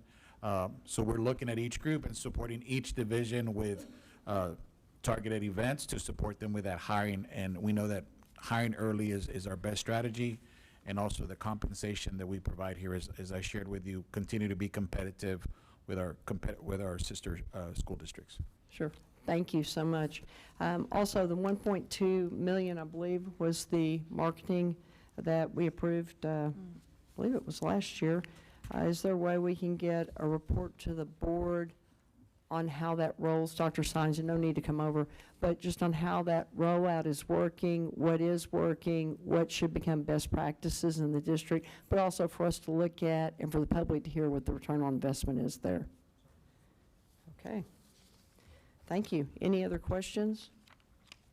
Okay, we will move. Thank you all very much. Great presentation. Thanks to those of you all that hopped over. We'll move on to public comment. At this time, we'll hear public comment addressing items on this agenda. Let me remind you that because of restrictions by the Texas Open Meetings Act, board members may not engage in a verbal exchange about a subject that has not been posted. We will listen and take notes, but this board is prohibited from responding to any inquiries made during a board meeting on any topic not posted on the agenda. However, the board may reply with a statement of specific factual information given in response to the inquiry. 2, recitation of existing policy in response to the inquiry. Or 3, direct the person to visit with staff about the issue. While the board listens to concerns of a general nature, speakers shall practice normal rules of decorum. Vulgar language and profanity will not be tolerated as this is a public meeting and our students are watching. Additionally, disruptions of the meeting will not be tolerated. We ask the audience to refrain from interrupting speakers and playing audio recordings while they present to the board. Any employee, parent, or other member of the public is asked to comply with the appropriate grievance policy to have a complaint heard pursuant to applicable board policy. No presentation may exceed 3 minutes unless the speaker has prior approval for additional time because of the use of a translator. Furthermore, a speaker may not relinquish his or her time to another speaker. It is essential to gain as much public input as possible, and we understand together we're stronger and build better solutions when we maximize public input. I ask that you please observe these rules for the purpose of effectively accomplishing the business of the meeting in a timely manner. And our first speaker is Ms. Miriam Lambert, who will be followed by Joycey Lawrence. Ms. Lambert? Good evening. I'm here to speak about the taxpayer stuff and also on the budget. My home has been increased in value 3 times the original price. I'm retired. My income is half of what it used to be. The only thing that goes up on my taxes because I'm retired is school taxes. I would just like to ask y'all if there's any way y'all can ask the Fort Worth taxpayers the very minimum the state will allow for our school taxes. because Fort Worth is one of the places in Texas that our property taxes have just skyrocketed, and I don't really think it's a legitimate way, and it's very frustrating.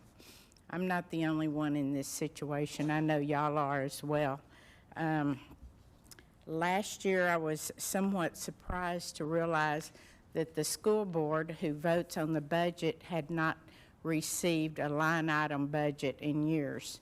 And I know that sounds tedious, but when you are asked to add like 1.4 million for marketing, then if you don't have a line budget, how do you look up and see, well, if I'm going to add this, then I need to take away from that, because our budget is limited, or else we will continue to add up to our debt. You know, it's just practical. You can't keep adding over here without being in debt. And as far as the last year with the 1.4 million in marketing, I assume that that was to market for teachers and employees, because you don't market to students. And we need teachers. So you get teachers, and then you find an educator that's extremely skilled in teaching children history and reading and math. And then the other educators that know this person support them. They know they're doing a good job. They're achieving more than the board has in the last decade, and yet y'all denigrate them and attack them like you are Miss Brown tonight. This is just not acceptable. If you're going to, marketing in our day and age is not something like Budweiser. Marketing in our day and age is social media. When I need anything done at home, I get on social media and I ask my peers for good recommendations. I don't look for flyers. I don't look for advertisement. I don't look for commercials. I ask my peers who have experience. And our peers aren't going to recommend this school system. Thank you.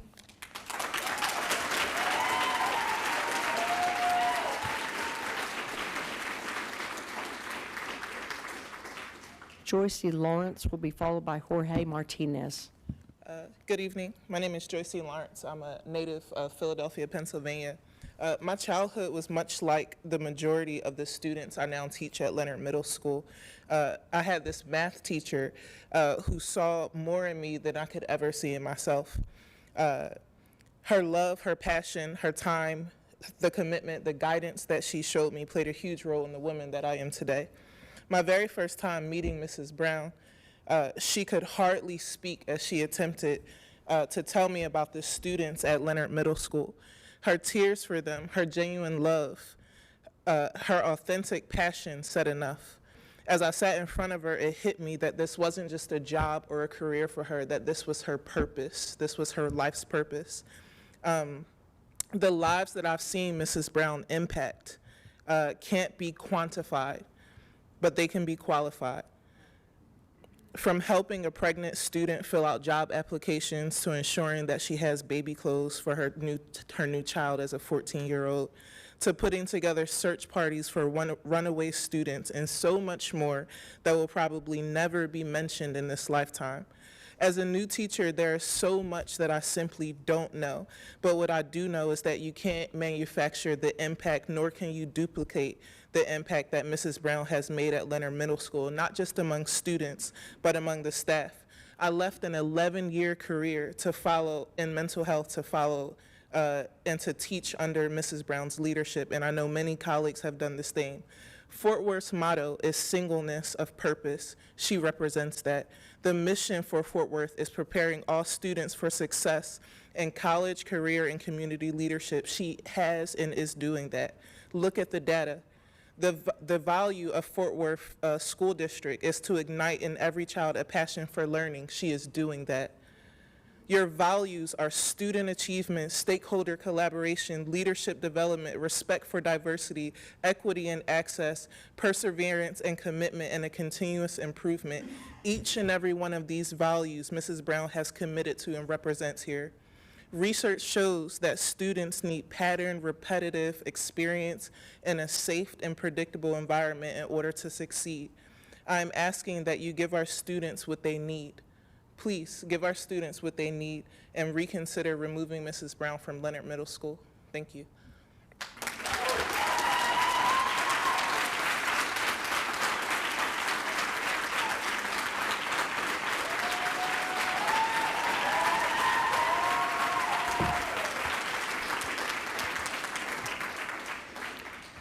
Jorge Martinez will be followed by Christina McKay.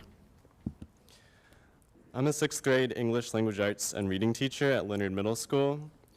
On March 3rd, 2021, David Sines, Fort Worth ISD's Chief of Innovation, announced that Leonard would become a leadership academy in 2022.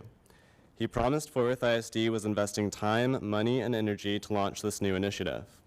I accepted a job at Leonard Middle School under these terms. Sarah Brown accepted a job as principal of Leonard Middle School under these terms. Unfortunately, I have not seen or felt any support from Fort Worth ISD at Leonard this year. And in February, Mrs. Brown discovered that Leonard is no longer, or never was, a leadership academy. Yes, discovered. No one from Fort Worth ISD told us that Leonard is no longer a leadership academy. The facts were uncovered. To this day, no one from Fort Worth ISD has told our students and families that Leonard is no longer a leadership academy. Students and families to whom Fort Worth ISD promised to invest time, money, and energy. An article published by the Fort Worth Report on April 12, 2023, states that Texas Wesleyan University runs Leonard Middle School. That's not true. The announcement that Leonard would become a leadership academy in 2022 was loud and clear, but no one from Fort Worth ISD has told the public the truth. According to the Texas Education Agency, Fort Worth ISD applied for and was awarded 2 School Action Fund supplemental continuation grants, one for Leonard Middle School and one for Morningside Middle School, which Fort Worth ISD announced would also become a leadership academy in 2022. The total award amount for each grant was $722,500. Fort Worth ISD spent 54% of one grant and 56% of the other before the grant end date.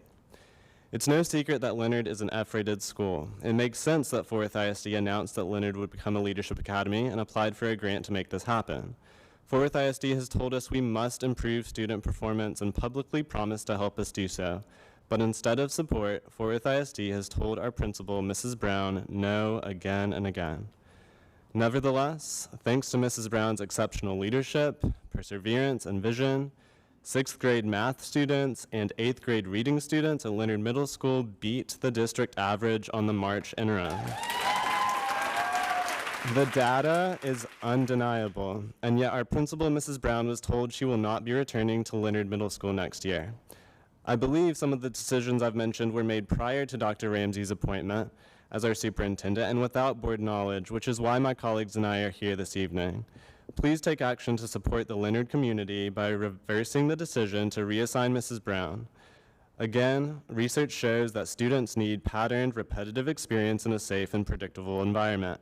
Replacing Mrs. Brown is not giving our students what they need. Replacing Mrs. Brown is taking away what our students need. Thank you for listening to my concerns.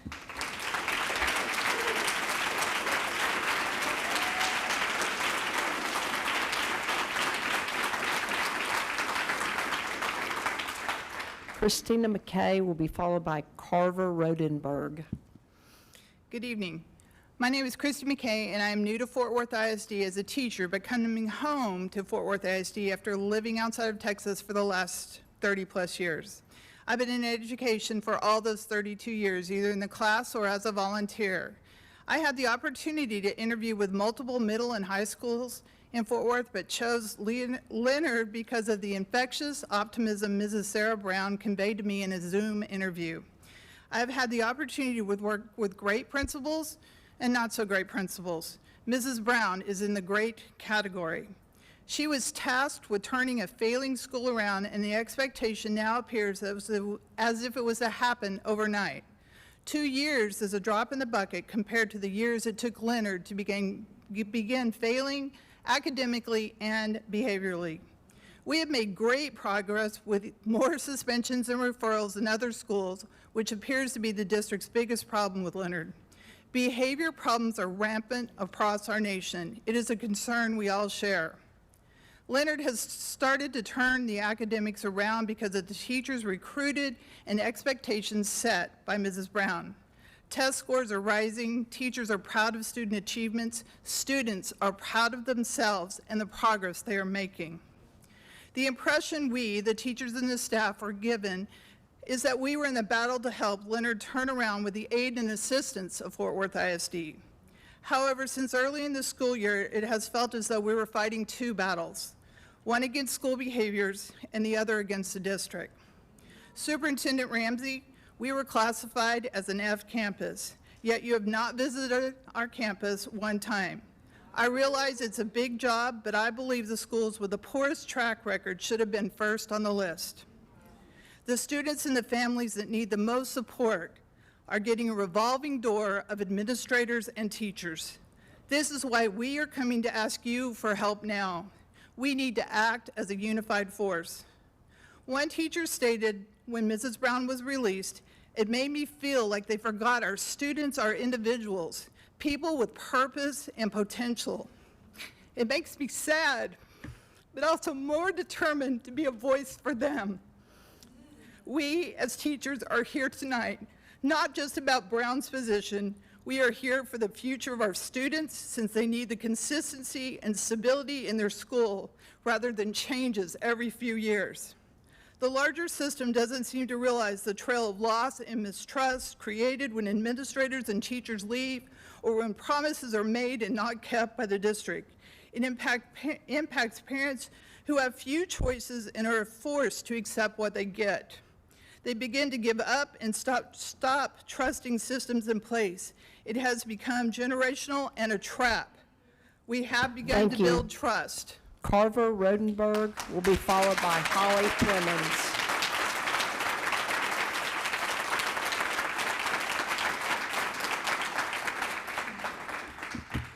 Good evening, ladies and gentlemen. My name is Carver Rodenberg. First of all, I wanted to honor you guys and thank you for your service and dedication to the next generation. And I just want to thank you for taking the students' best interest into consideration for this decision. I'm a leadership school student in a local area. I'm a former after-school club staff member and a current volunteer.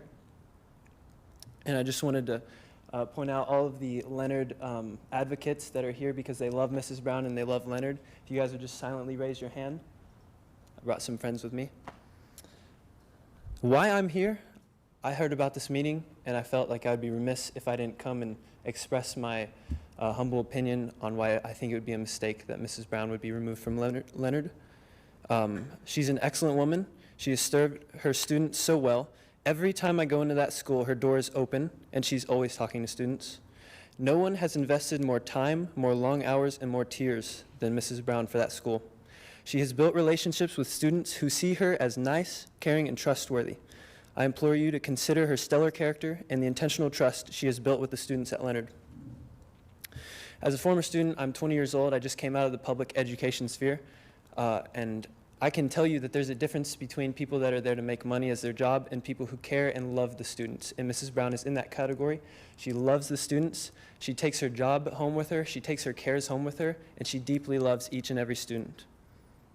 I fully vouch for Mrs. Brown as both a person and a woman who does her job so well. And I have worked and volunteered for a year and a half. And this time under Mrs. Brown's leadership, I have seen change in students' lives, in character, and academics. And I would ask you, what would you ask of a principal? Just something to think about. Mrs. Brown has made every effort to improve that school, and she gives her all. She will never give up on Leonard, no matter how many seem to think it is hopeless. Thank you for your time.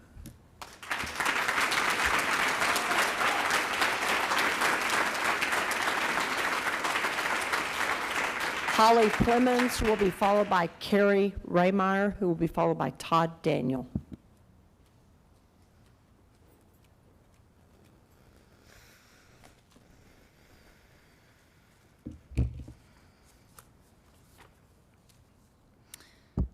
Holly Clemens, mom of 3, taxpayer in Fort Worth ISD. I want to talk to you about 6B. the appointment of 6 new employees for Fort Worth ISD.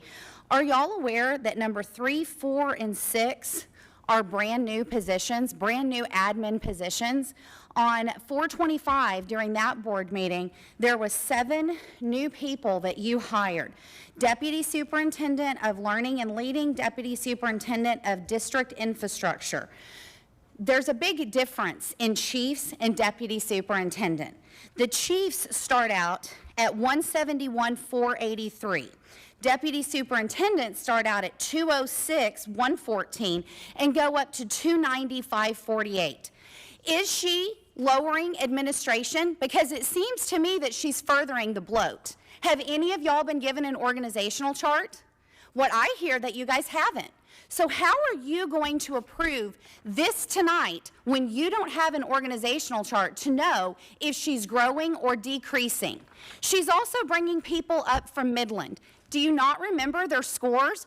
They were worse than Fort Worth ISD, and she's bringing up all of her buddies from Midland. What about Tarrant County?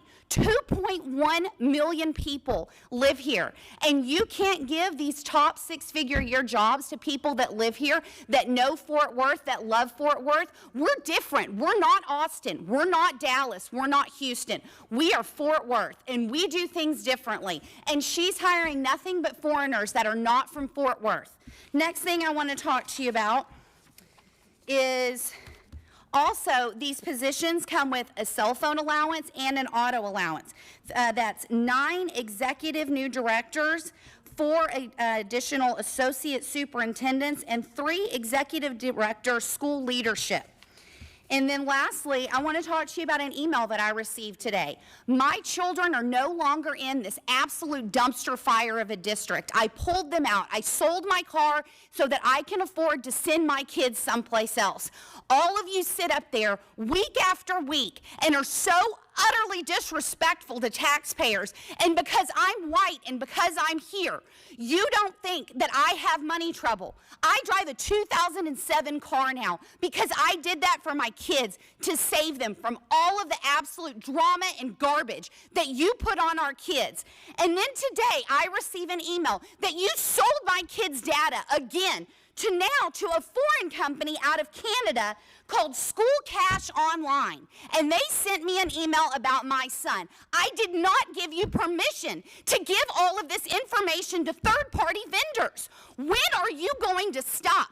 You don't ever do what's right for students. You don't ever do what's right for taxpayers. You don't ever do what's right for parents. Thank you. Ever. Carrie Raymeyer You deserve to be fired. will be followed by Todd Daniel.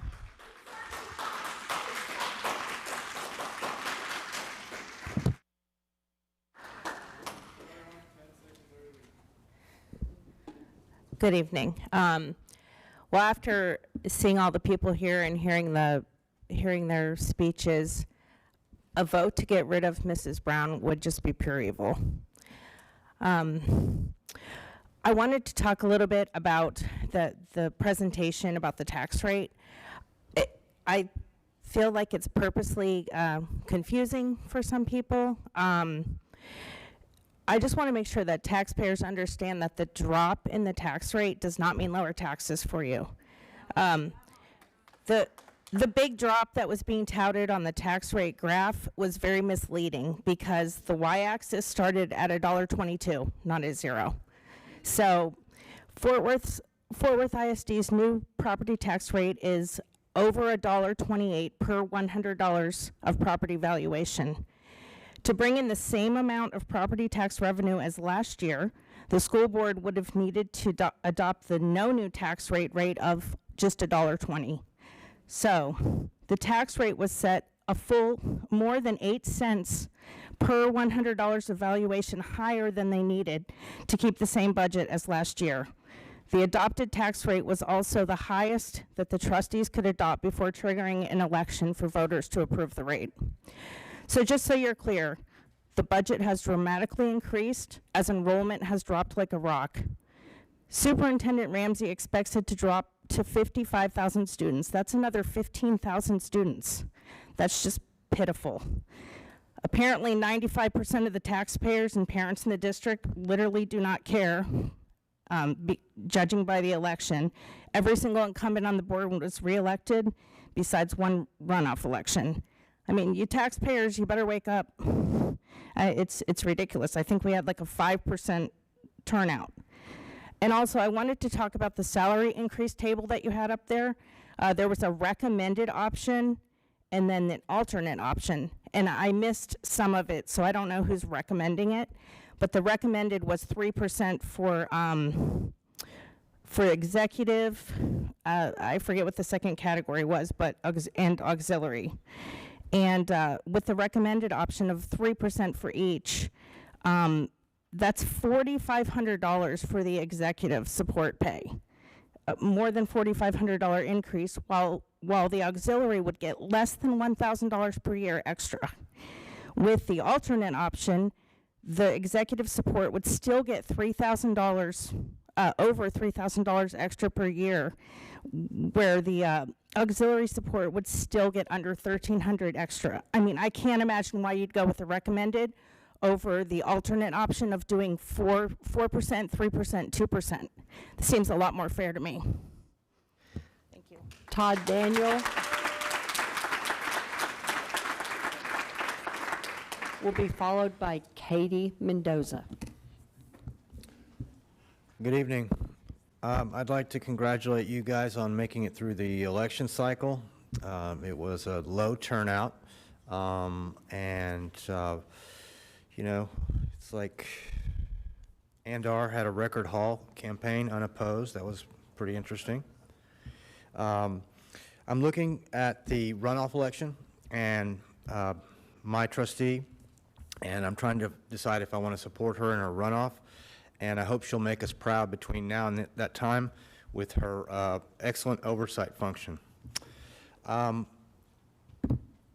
Regarding the personnel, Associate Superintendent Learning and Leading, Executive Director of Leadership, Executive Director of Guidance and Counseling, Executive Director of Student Family Experience, Executive Director of Early Learning, ED, Executive Director of Emergent Bilingual. Are these new titles, or who are they replacing? That's a question I want to know, and somebody from the administration get with me after I speak and let me know, because you can recite existing policy and let me know about that. It seems like you changed the names of some jobs, and I don't know if that's because you're making them resign so you can rehire them and put them back in place. I don't know how you're shuffling it, but I know you are. And then Holly mentioned also about the salary, so I think that probably plays a role in it too. I mean, are these people, are they vetted through the normal human resource process, or are they really just cronies from California and Midland and retreads from somewhere else? We need to know those things, and you guys are going to have to make a decision about it tonight, and you should be asking those questions. And all of you are now veteran trustees, so let's ask some questions. Again, congratulations on being reelected. That's all I've got. I don't need the extra minute.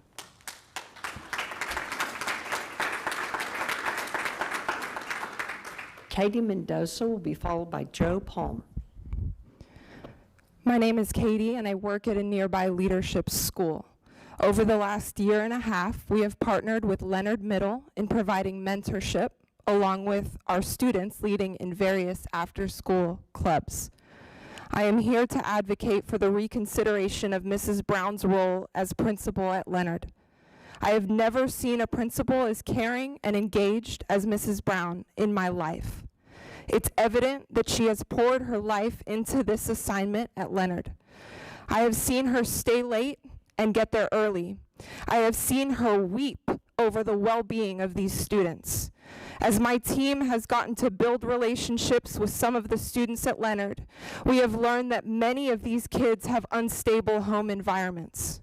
Mrs. Brown has been a source of stability and consistency for them. They trust her. Something specifically that has impressed me with Mrs. Brown's leadership is she knows these kids by name. She intentionally wants to know who they are. I have seen her call them higher, call them out as leaders, and give them something to believe in and aspire to. The truth is, she's only just begun. So why would you move her out so soon? It feels like you are just sweeping the rug out from under her and not giving her a fair chance at continuing the change she has already begun in this school and community. What this decision feels like is the higher-ups here don't actually care about the kids. If you say you care about the middle schoolers of Fort Worth, moving Mrs. Brown is not the decision for the kids, but in fact a selfish decision to feed whatever agenda they have for that place. I conclude by asking the people in this room, have you ever gone into Leonard and sat at a table with these kids and had conversations with them? If not, why not? Stewarding the best interests of these kids of Fort Worth is your job, right? Before you make such a drastic decision, I encourage you and challenge you. Why don't you go to the school and ask these kids and teachers their opinion of Mrs. Brown? Or simply review what is happening. Review the facts of her performance and attempt to find the legitimate reasons for relocating Mrs. Brown. Mrs. Brown is an exceptional and bold leader that truly cares about these kids. Only someone that doesn't have the best interest for these kids in mind would remove her from this role. Thank you.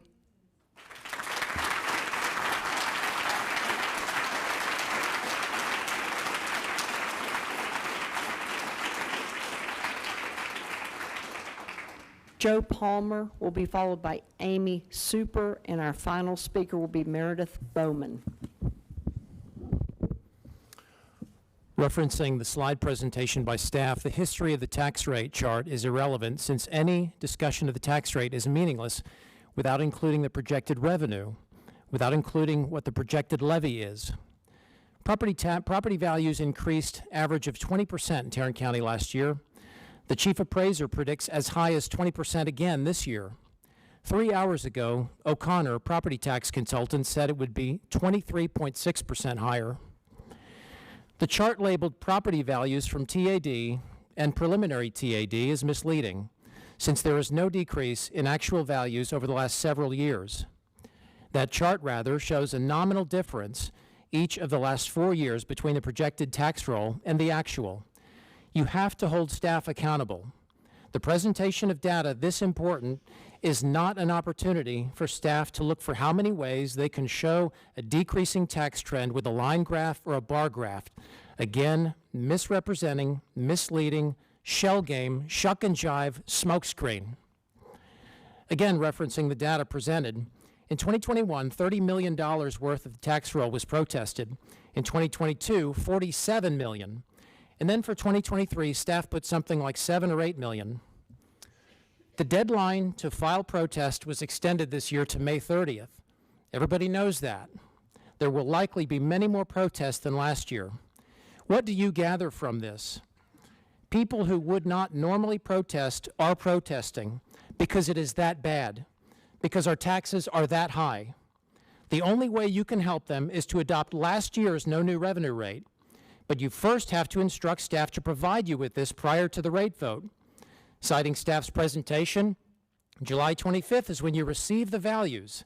Then after that, August 22nd is when you vote on the rate. You know what the rate is. You know what rate you need to adopt to not increase the tax burden on families. Last year, according to staff again, $485 million taken in property taxes. You don't have any justifiable reason to take anywhere near this amount from these families in light of the reduced enrollment that has occurred and is continuing to occur. Staff stated at one point the total appraised property on the tax roll is going from $58 billion to $49 billion, then predicted a 17.8% increase in value. Both of these cannot be true. But pay close attention. They stated as local funding increases, state funding decreases. The inverse is also true. As local funding decreases, the state kicks in. You can lower our tax bill. You can lower the property tax bill on us. Recapture, as was highlighted, is in part a function of enrollment. If you have 100 students and you took in $500 million, the state's going to make you give some back. You don't need 345 days worth of fund balance. Cut my taxes.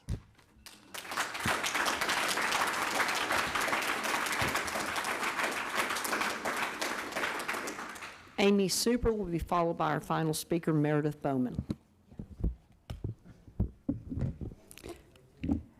Good evening.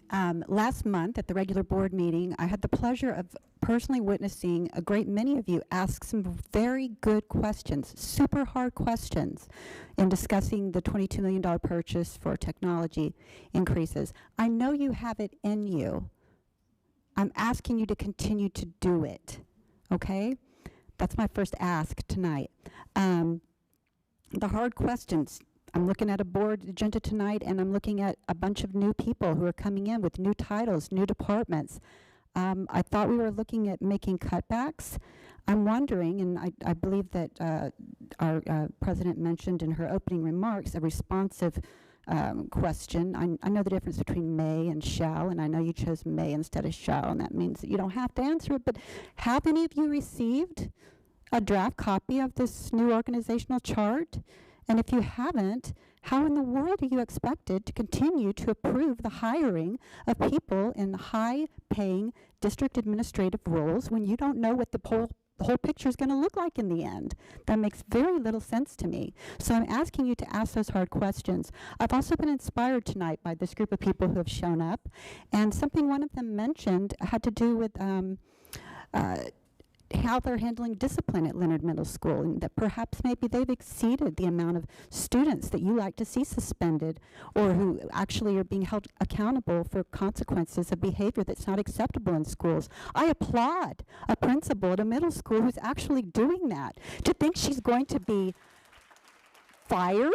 I certainly hope that was not one of the criteria. I would love to know ultimately who's making this decision to hire someone who inspires this many people to come out on a Tuesday night after working all day to try to educate these middle school students.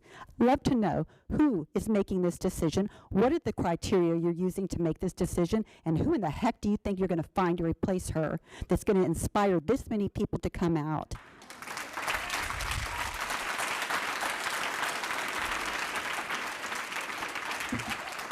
Thank you. Lastly, I'd like just to make one comment about part of the budget proposal that was something that was said.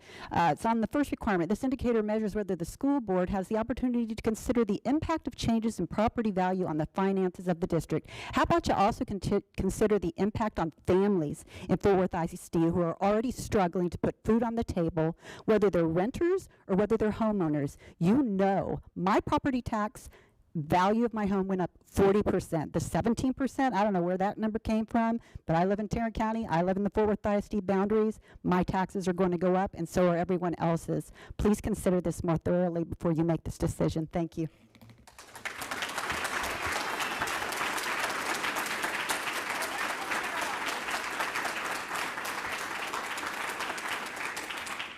Meredith Bowman is our final speaker.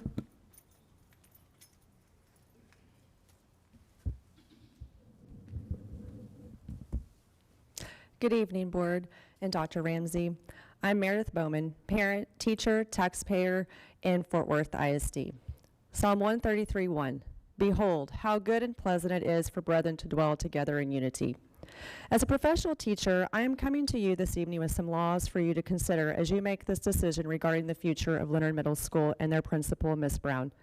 I walked in here after a meeting as an officer of a teacher association. I would like to remind you of the Civil Rights Act of 1964. This is a section of the United States Equal Employment Opportunity Commission, and it states, Section 2000E-2, Section 703, Employer Practices. It shall be an unlawful employment practice for an employer to fail or refuse to hire or discharge any individual or otherwise to discriminate against any individual with respect to his compensation, terms, conditions, privileges of employment because of such an individual's race, color, religion, sex, or national origin. I would also like to remind everyone on this board that you have your own Fort Worth ISD board policy. I suggest that you look that over. It's policy D&B. This is in regards to the performance appraisal evaluation of a campus administrator. Now I'm going to go to some things that were actually on the board agenda tonight that were already discussed and were presented to us this evening. The tax rate you're talking about. You're not fooling anyone over these tax rates and financial issues. You're only deceiving yourselves. I would also like to speak on the data information that Ms. Plemons just discussed. We filed 6 grievances last year over this data information. What in the world is going on? This is disappointing.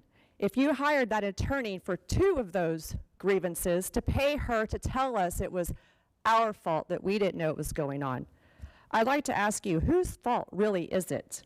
The parents or the people who purchased those surveys? Thirdly, the $22 million that has been spent, or what was supposed to be spent on those Apple devices, I know there was a substitution payment on that. There was put a hold for the K through 5 purchases. However, I've heard that those have already been purchased. I would also like to let you know that I am an elementary teacher, and those devices were issued to my school last week.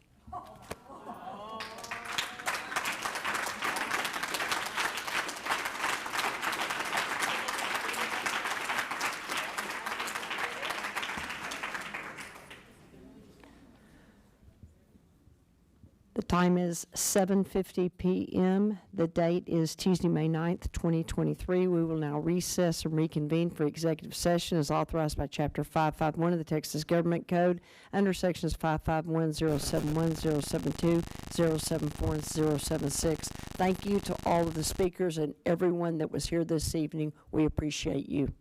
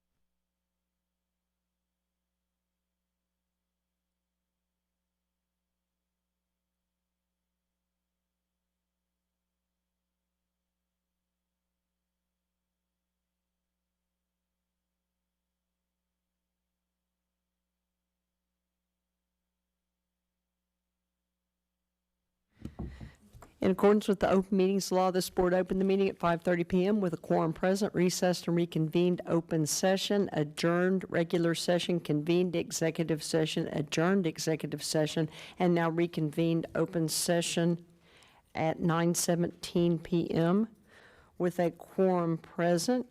Let's move to number 8 on our agenda, action agenda items. 8A is discussion and action to approve ratification of a purchase of additional cameras for various campuses. May I have a motion? Trustee Dar, second, Trustee Ryan. Any discussion?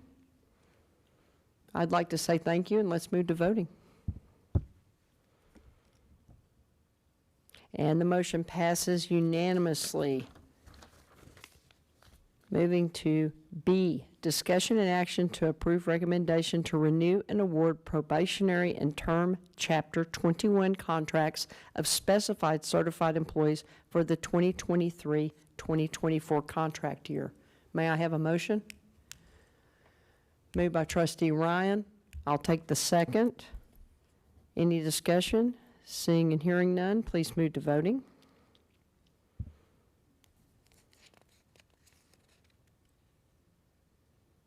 Waiting on one more.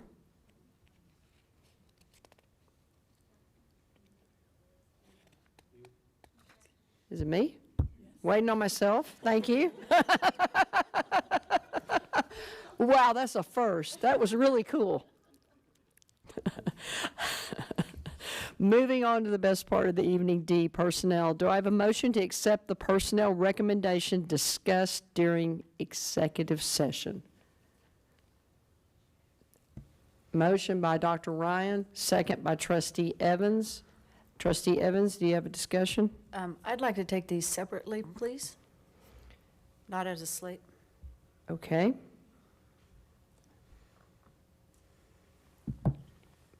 I do not have a list.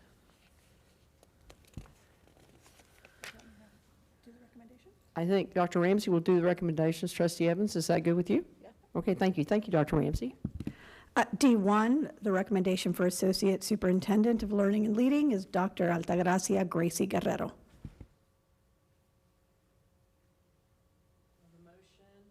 Motion is still Dr. Ryan, second Trustee Evans, is that correct? Yes. Okay. Any discussion? Let's move to voting. No, I have some questions. Okay, please. And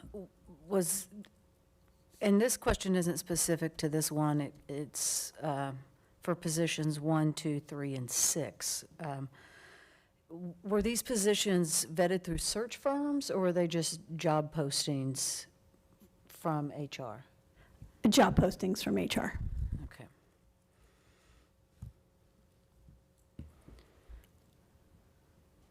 Any other discussion?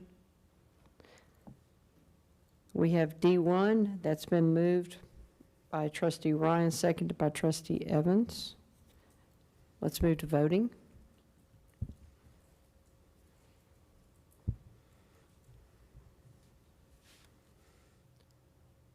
And the motion passes 8 yes, 1 no. Moving to D2, Dr. Ramsey. Executive Director of Leadership, and the recommendation is Dr. Christopher Barksdale. Trustee Evans, motion? Do I have a motion? I'll second, or I'll make the motion. Trustee Phillips, I'm going to have you move, and Trustee Dar, let's have you take the second. Trustee Evans, do you have any discussion? Not for this one. Okay, thank you. Your mic's on then, so Oh, sorry. you're lighting up. Thank you. All right. Moving to voting, please.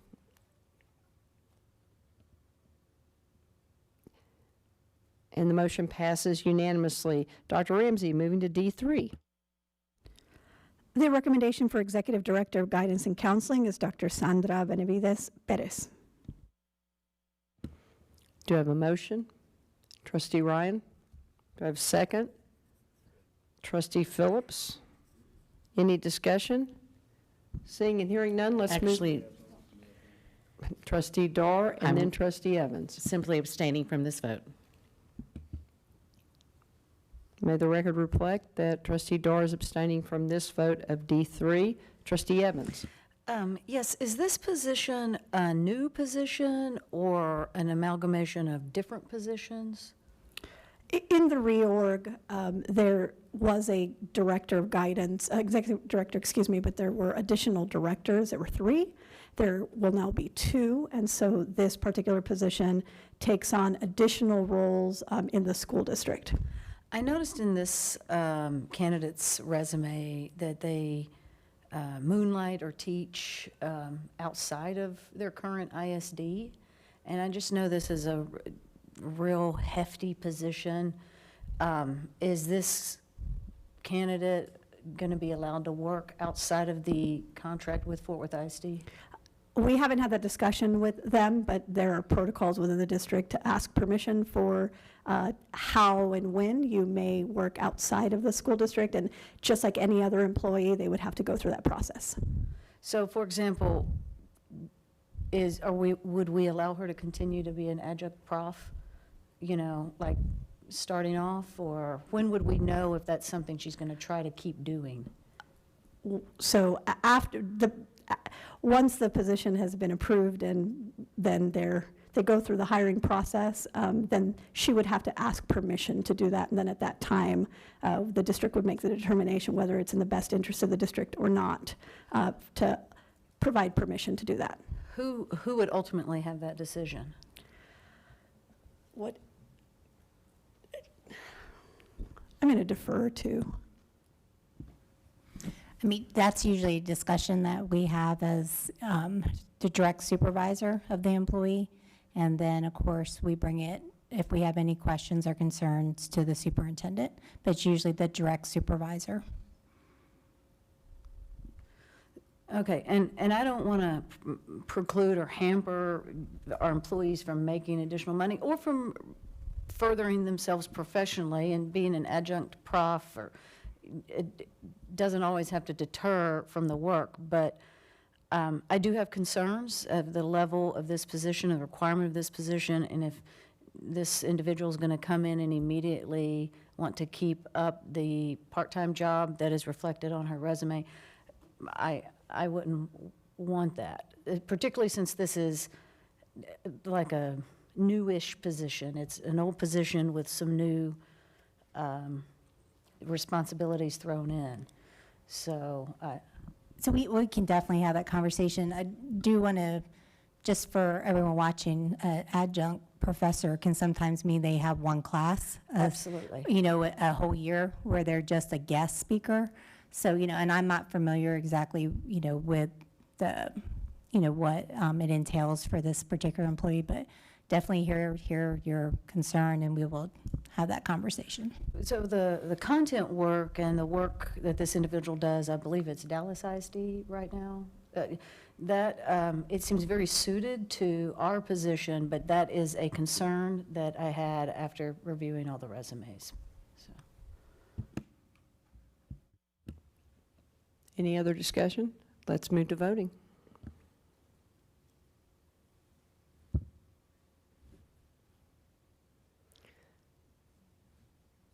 Missing.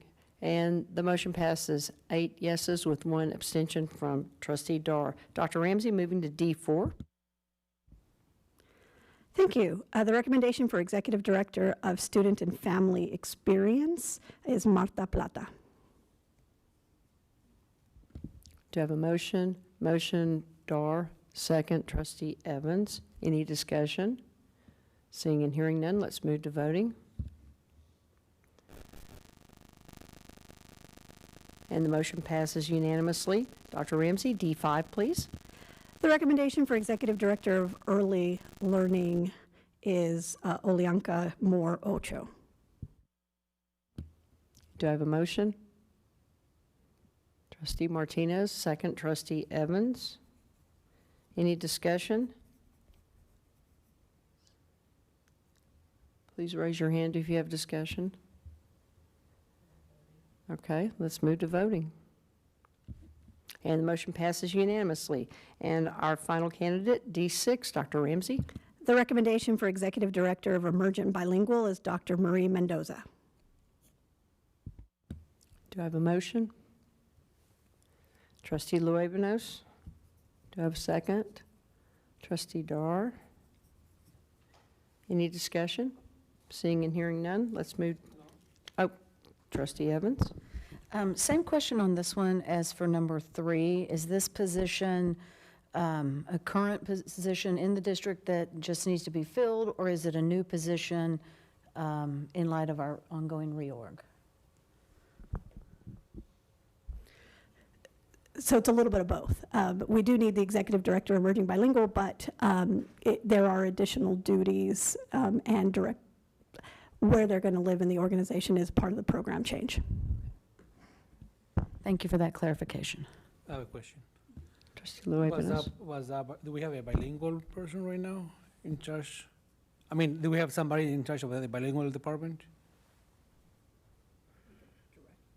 Yeah, like. So there is a position for bilingual education or emerging bilingual. We know that with the number of bilingual or emerging bilingual students in the district, and this is part of the program change, and so this particular position will be in charge of emerging bilingual for the school district. And do we currently have somebody there?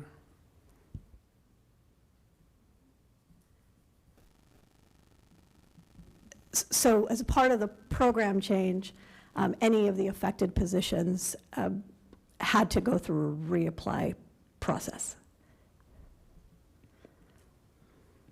So before this, there was nobody, we had somebody there. Yes, it's a part of the program change. So there is currently a position. This is a recommendation for moving forward as the executive director of emerging bilingual. Thanks. Any other discussion? Please move to voting.